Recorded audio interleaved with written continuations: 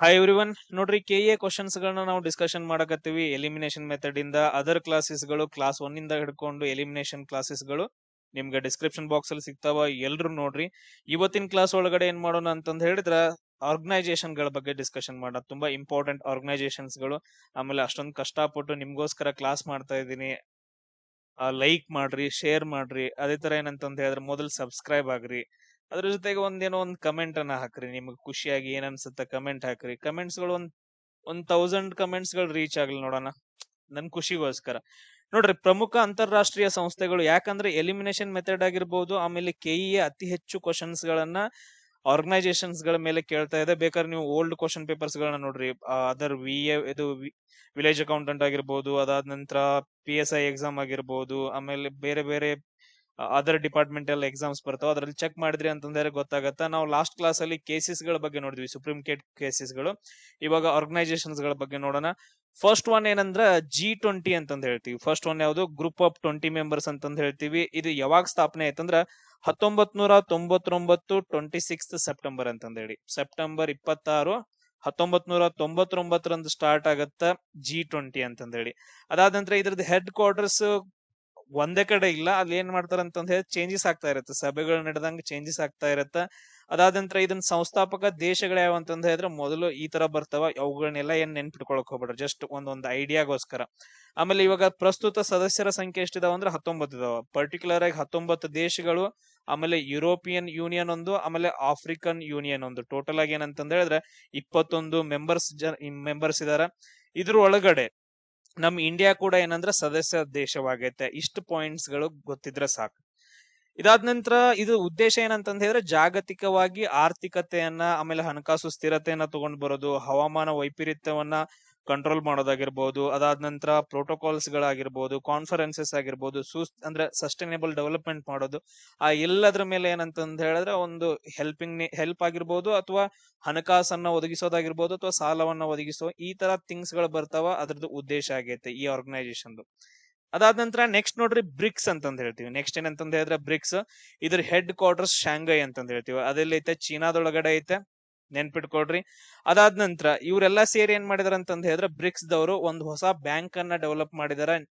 So new development bank ಅಂತಂದ್ ಹೇಳ್ತೀವಿ ಅದನ್ನ. ಅದ್ರ ಹೆಸರು ಏನಂತಂದ್ ಹೇಳಿದ್ರೆ ನ್ಯೂ ಡೆವಲಪ್ಮೆಂಟ್ ಬ್ಯಾಂಕ್ ಅಂತಂದ್ ಹೇಳಿ. ಸೊ ಅದ್ರದ್ದು ಹೆಡ್ ಕ್ವಾರ್ಟರ್ಸ್ ಕೂಡ ಶಾಂಘೈ ಒಳಗಡೆ ಬರುತ್ತೆ, ಅಥವಾ ಬೇರೆ ಕಡೆ ಬರುತ್ತೆ, ಚೆಕ್ ಮಾಡೋಣ.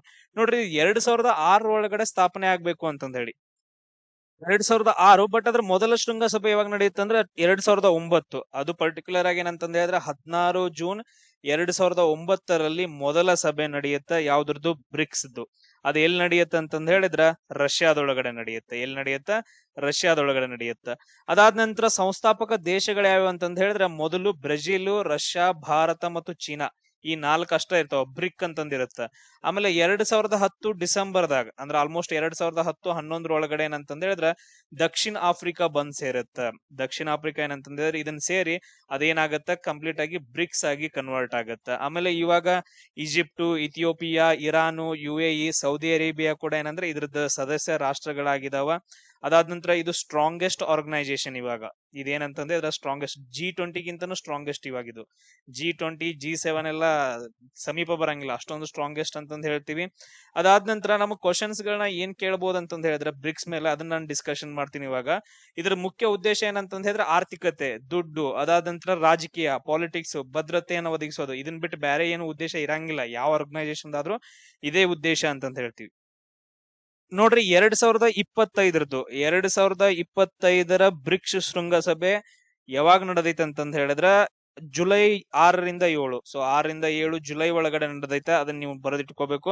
ಎಲ್ಲಿ ನಡೆದೈತೆ ಅಂತಂದ್ ಹೇಳಿದ್ರೆ ರಿಯೋ ಡಿ ಜನೈರೋ ಒಳಗಡೆ. ಎಲ್ಲಿ ನಡೆದೈತಿ?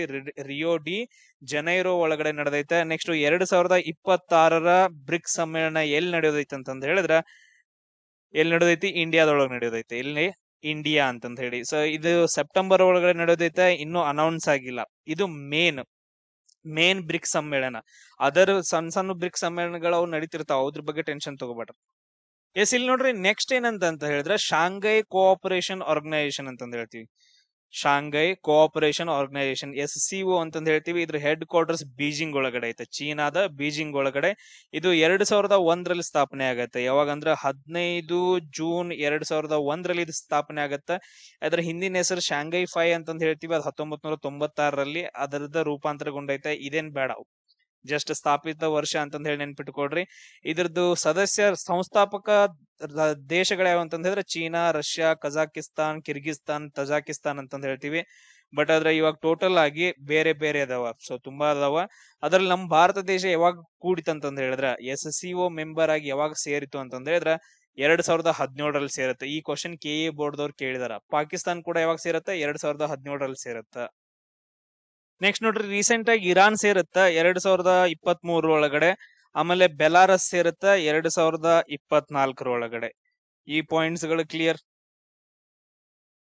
ಸೊ ಇದ್ರದ್ದು ಉದ್ದೇಶ ಏನಂದ್ರೆ ಯುರೋಪಿಯನ್ ಪ್ರದೇಶದೊಳಗಡೆ ಪ್ರಾದೇಶಿಕ ಯುರೇಷಿಯನ್, ಅದು ಯುರೋಪಿಯನ್ ಅಲ್ಲ, ಯುರೋಪು ಮತ್ತು ಏಷ್ಯನ್ ಪ್ರದೇಶಗಳಲ್ಲಿ ಭದ್ರತೆಯನ್ನ ಕಾಪಾಡೋದು, ಅದಾದ ನಂತರ ಉಗ್ರವಾದ ನಿಯಂತ್ರಣ ಅಂದ್ರೆ ರ್ಯಾಟ್ಸ್ ಅಂತಂದ್ ಹೇಳ್ತೀವಿ, ಅದ್ರ ಮೂಲಕ. ಆಮೇಲೆ ಗಡಿ ಭದ್ರತೆಯನ್ನ ಕಾಪಾಡ್ಕೊಳ್ಳುವಂತಹ ಒಂದು ಆರ್ಗನೈಸೇಷನ್ ನಮ್ ಇಂಡಿಯಾ ಯಾವಾಗ ಹೋಯ್ತು ಅನ್ನೋದು ಅದು ಇಂಪಾರ್ಟೆಂಟ್. ನೆಕ್ಸ್ಟ್ ಬರುತ್ತಾ ಕ್ವಾಡ್ ಅಂತಂದ್ ಹೇಳಿ, ಬಾಳ ಅಂದ್ರೆ ಬಾಳ ಇಂಪಾರ್ಟೆಂಟ್. ಕ್ವಾಡ್ರಿಲ್ಯಾಟ್ರಲ್ ಸೆಕ್ಯೂರಿಟಿ ಡೈಲಾಗ್ ಅಂತಂದ್ ಹೇಳ್ತೀವಿ.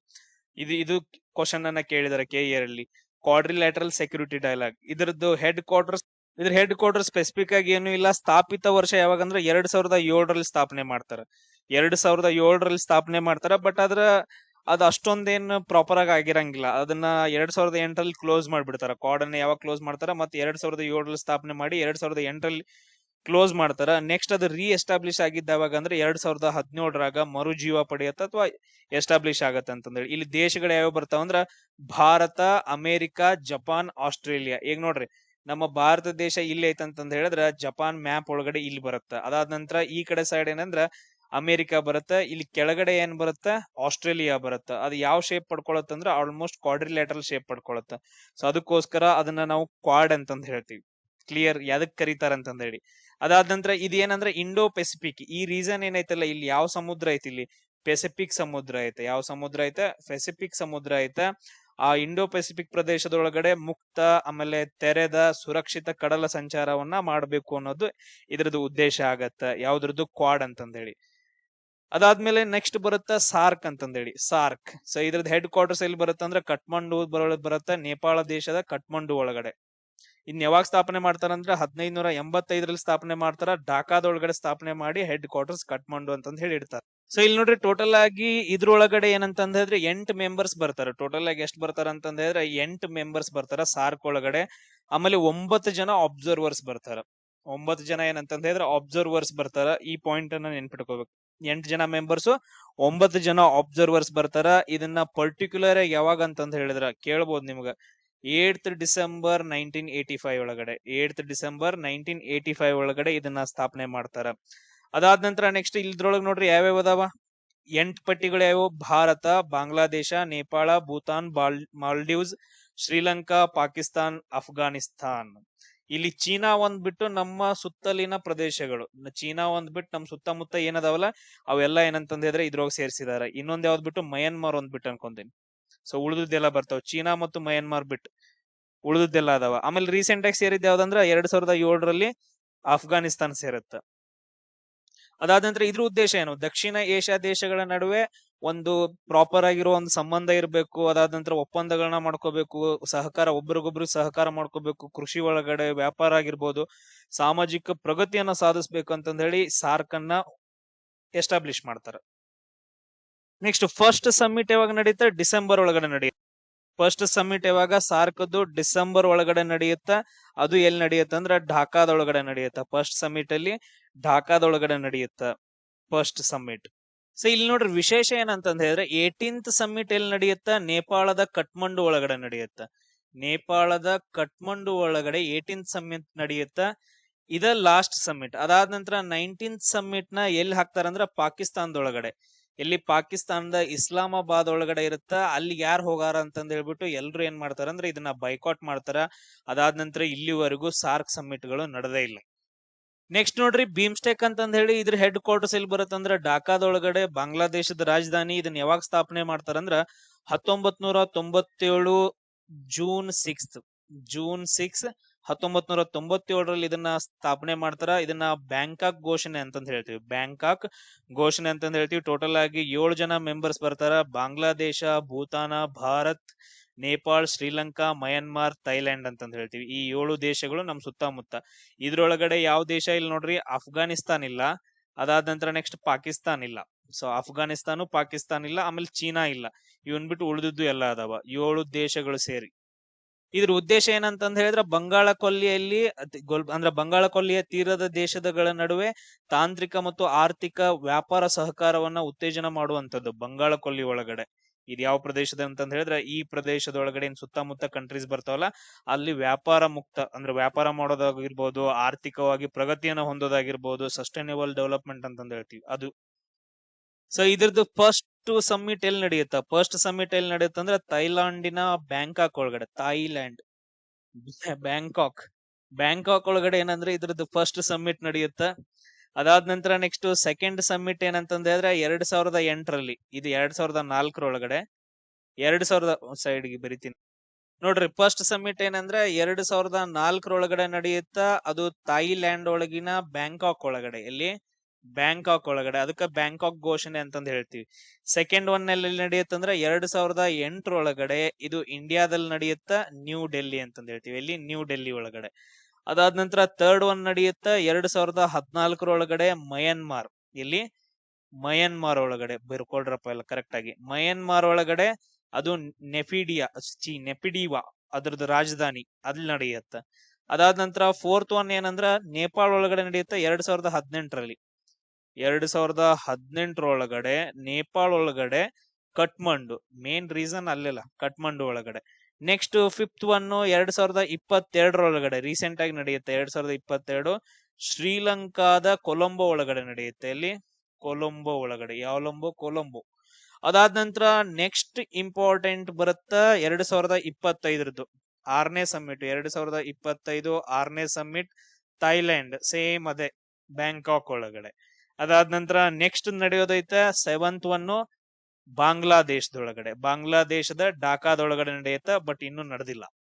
ನೆಕ್ಸ್ಟ್ ನೋಡ್ರಿ IORA ಅಂತಂದ್ ಹೇಳಿ, ಇಂಡಿಯನ್ ಓಷಿಯನ್ ರಿಮ್ ಅಸೋಸಿಯೇಷನ್ ಅಂತಂದ್ ಹೇಳಿ. IORA ಇದ್ರ ಪ್ರಧಾನ ಕಚೇರಿ ಎಬೇನಾ ಒಳಗಡೆ ಬರುತ್ತೆ. ಮಾರಿಷಸ್ ದೇಶ ಎಬೇನಾ ಒಳಗಡೆ. ಇದು ಯಾವಾಗ ಸ್ಥಾಪನೆ ಆಗತ್ತೆ? 1997 ಮಾರ್ಚ್ 6ನೇ ತಾರೀಕು. ಇದ್ರ ಸದಸ್ಯ ರಾಷ್ಟ್ರಗಳು ಟೋಟಲ್ ಆಗಿ ಎಷ್ಟು ಬರ್ತಾವ ಅಂತಂದ್ ಹೇಳಿದ್ರೆ 23 ಜನ. ಸೊ 23 ಜನ ಬರ್ತಾರ. ಅದ್ರಲ್ಲಿ ನಮ್ ಭಾರತ ದೇಶ ಕೂಡ ಐತೆ. ಮೇನ್ ಅದು ಇಂಪಾರ್ಟೆಂಟ್. ಇಲ್ಲಿ ನೋಡ್ರಿ 23 ಮೆಂಬರ್ಸ್ ಬರ್ತಾರ. ಅದಾದ ನಂತರ ಪ್ಲಸ್ 12 ಜನ ಡೈಲಾಗ್ ಪಾರ್ಟ್ನರ್ಸ್ ಅಂತಂದ್ ಹೇಳಿ. ಜಸ್ಟ್ ಅವ್ರ ಮಾತುಕತೆ ಮೀಟಿಂಗ್ಸ್ ಕಷ್ಟ ಬರ್ತಾರ. ಡೈಲಾಗ್ ಪಾರ್ಟ್ನರ್ಸ್ ಅಂತಂದ್ ಹೇಳಿ. ಇದು ಎದಕ್ಕಂತಂದ್ ಹೇಳಿದ್ರೆ ಹಿಂದೂ ಮಹಾಸಾಗರದ ಬಗ್ಗೆ ಕೆಳಗಡೆ ಬರುತ್ತಲ್ಲ. ಮಾರಿಷಿಯಸ್ ಅಂತಂದ್ ಹೇಳಿದ್ರೆ ಈ ಕಡೆ ಬರುತ್ತೆ. ಅಂದ್ರೆ ಈ ಪ್ರದೇಶದಲ್ಲಿ ಇರೋದು ಯಾವ್ದು? ಹಿಂದೂ ಮಹಾಸಾಗರ ಕರಾವಳಿ ಪ್ರದೇಶದಲ್ಲಿ ಕಡಲ ಭದ್ರತೆ ಆಗಿರ್ಬೋದು, ನೀಲಿ ಆರ್ಥಿಕತೆ, ಬ್ಲೂ ಎಕನಾಮಿ ಅಂತಂದ್ ಹೇಳ್ತೀವಿ. ನೀಲಿ ಆರ್ಥಿಕತೆ, ಆಮೇಲೆ ಸುಸ್ಥಿರ ಅಭಿವೃದ್ಧಿ ಇದ್ರದ್ದು ಉದ್ದೇಶ. ಆಮೇಲೆ ಬ್ಲೂ ಎಕನಾಮಿಗೆ ಬಂದಂತಹ ಒಂದು ರೆವಲ್ಯೂಷನ್ ಯಾವುದು? ಬ್ಲೂ ರೆವಲ್ಯೂಷನ್ ಅಂತಂದ್ ಹೇಳ್ತೀವಿ. ಯಾವ್ದು? Blue revolution. ಇಷ್ಟು ಪಾಯಿಂಟ್ಸ್ ಗಳನ್ನ ನೆನ್ಪಿಟ್ಕೊಡ್ರಿ. ಇದ್ರ ಸಮ್ಮಿಟ್ ಗಳ ಬಗ್ಗೆ ಏನು ಕೇಳಂಗಿಲ್ಲ. ಬಟ್ ಆದ್ರೆ ಇದ್ರದ್ದು ರೀಸೆಂಟ್ ಸಮ್ಮಿಟ್ ಬೇಡ, ಅದೇನ್ ಕೇಳಂಗಿಲ್ಲ. ನೆಕ್ಸ್ಟ್ ನೋಡ್ರಿ I2U2 ಗ್ರೂಪ್ ಅಂತಂದ್ ಹೇಳಿ. I2U2 group. ಸೊ ನೋಡ್ರಿ ಇದ್ರದ್ದು ಎಲ್ಲಿ ಹೆಡ್ ಕ್ವಾರ್ಟರ್ಸ್ ಕಾಯಂ ಇಲ್ಲ ಎಲ್ಲಿ ಅಂತಂದ್ ಹೇಳಿ. ಅದಾದ ನಂತರ ನೆಕ್ಸ್ಟ್ ಇದು 2021 ಅಕ್ಟೋಬರ್ ಒಳಗಡೆ ಸ್ಥಾಪನೆ ಮಾಡಿದ್ದಾರೆ. ಯಾವಾಗ ಸ್ಥಾಪನೆ ಮಾಡಿದ್ದಾರೆ? 2021 ಅಕ್ಟೋಬರ್ ಒಳಗಡೆ ಸ್ಥಾಪನೆ ಮಾಡಿದಾರೆ. ಟೋಟಲ್ ಆಗಿ 4 ದೇಶಗಳು ಬರ್ತಾವ. India, Israel. ಅದಕ್ಕ I2 ಅಂತ ಕರೆದಾರ. ಐಗಳು 2 ಇರೋದ್ರಿಂದ I2. Next UAE, America. ಅಲ್ಲಿ ಯುಗಳು 2 ಇರೋದ್ರಿಂದ U2 ಅಂತಂದ್ ಹೇಳಿ. I2U2 ಅಂತಂದ್ ಹೇಳಿ.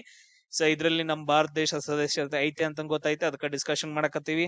ಇಲ್ಲಿ ಆಹಾರ ಭದ್ರತೆ, ಶುದ್ಧ ಇಂಧನ ಅಂದ್ರೆ ಡೀಸೆಲ್, ಪೆಟ್ರೋಲ್, ನ್ಯಾಚುರಲ್ ಗ್ಯಾಸ್, ನೀರಿನ ಬಗ್ಗೆ, ಸಾರಿಗೆ ಮತ್ತು ಬಾಹ್ಯಾಕಾಶ ಕ್ಷೇತ್ರಗಳಲ್ಲಿ ಜಂಟಿ ಹೂಡಿಕೆಯನ್ನ ಮಾಡೋದಾಗಿರ್ಬೋದು, ಸಹಕಾರ ಮಾಡೋದು, ಟೆಕ್ನಾಲಜಿಯನ್ನ ಕೊಡೋದು, ತಗೊಳ್ಳೋದು, ಈ ತರ ಉದ್ದೇಶವನ್ನ ಇಟ್ಕೊಂಡು I2U2 ರಚನೆ ಆಗೈತೆ.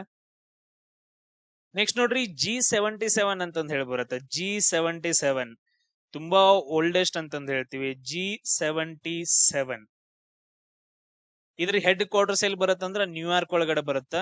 ಆಮೇಲೆ ಇನ್ನೊಂದು ಬರ್ತೈತಿ ನೋಡ್ರಿ G24 ಅಂತಂದ್ ಹೇಳಿ. G24 ಇದ್ರದ್ದು ಹೆಡ್ ಕ್ವಾರ್ಟರ್ಸ್ ಎಲ್ಲಿ ಅಂತಂದ್ ಹೇಳಿದ್ರೆ ವಾಷಿಂಗ್ಟನ್ DC ಒಳಗಡೆ. G77 ಯಾವಾಗ ಸ್ಥಾಪನೆ ಆಗುತ್ತೆ? 1964 ಸ್ಥಾಪನೆ ಆಗುತ್ತೆ. G24 1971 ಒಳಗಡೆ ಸ್ಥಾಪನೆ ಆಗ್ತಾವ. ಜಸ್ಟ್ ಎಲ್ಲಾನು ಏನಂತಂದ್ರೆ ಇದ್ರೆ ಅಭಿವೃದ್ಧಿಶೀಲ ರಾಷ್ಟ್ರಗಳ ಒಕ್ಕೂಟ ಇವೆಲ್ಲ. 135 ದೇಶಗಳು, 29 ದೇಶಗಳು, ಇದ್ರಲ್ಲೂ ಕೂಡ ನಮ್ಮ ಭಾರತ ದೇಶ ಐತೆ. G77 ಒಳಗಡೆನು ಐತೆ, ಆಮೇಲೆ G24 ಒಳಗಡೆನು ಐತೆ. ಜಸ್ಟ್ ನಿಮಗ್ ಒಂದ್ ಐಡಿಯಾ ಇರ್ಲಿ ಅಂತಂದ್ ಹೇಳಿ ಅಷ್ಟ ಇವ್ನ ಆಡ್ ಮಾಡಿದ್ವಿ. ಇವು ಓಲ್ಡೆಸ್ಟ್, ಇದ್ರ ಬಗ್ಗೆ ಏನ್ ಕ್ವಶನ್ಸ್ ಗಳನ್ನ ಕೇಳಂಗಿಲ್ಲ. ಇದಾದ ನಂತರ ನೆಕ್ಸ್ಟ್ ನೋಡ್ರಿ WTO ಅಂತಂದ್ ಹೇಳಿ ಬರ್ತೈತಿ. ಸೊ WTO ಅಂತಂದ್ ಹೇಳಿ ವರ್ಲ್ಡ್ ಟ್ರೇಡ್ ಆರ್ಗನೈಸೇಷನ್, ಇದನ್ನ ವಿಶ್ವ ವ್ಯಾಪಾರ ಸಂಸ್ಥೆ ಅಂತ ಕರಿತೀವಿ.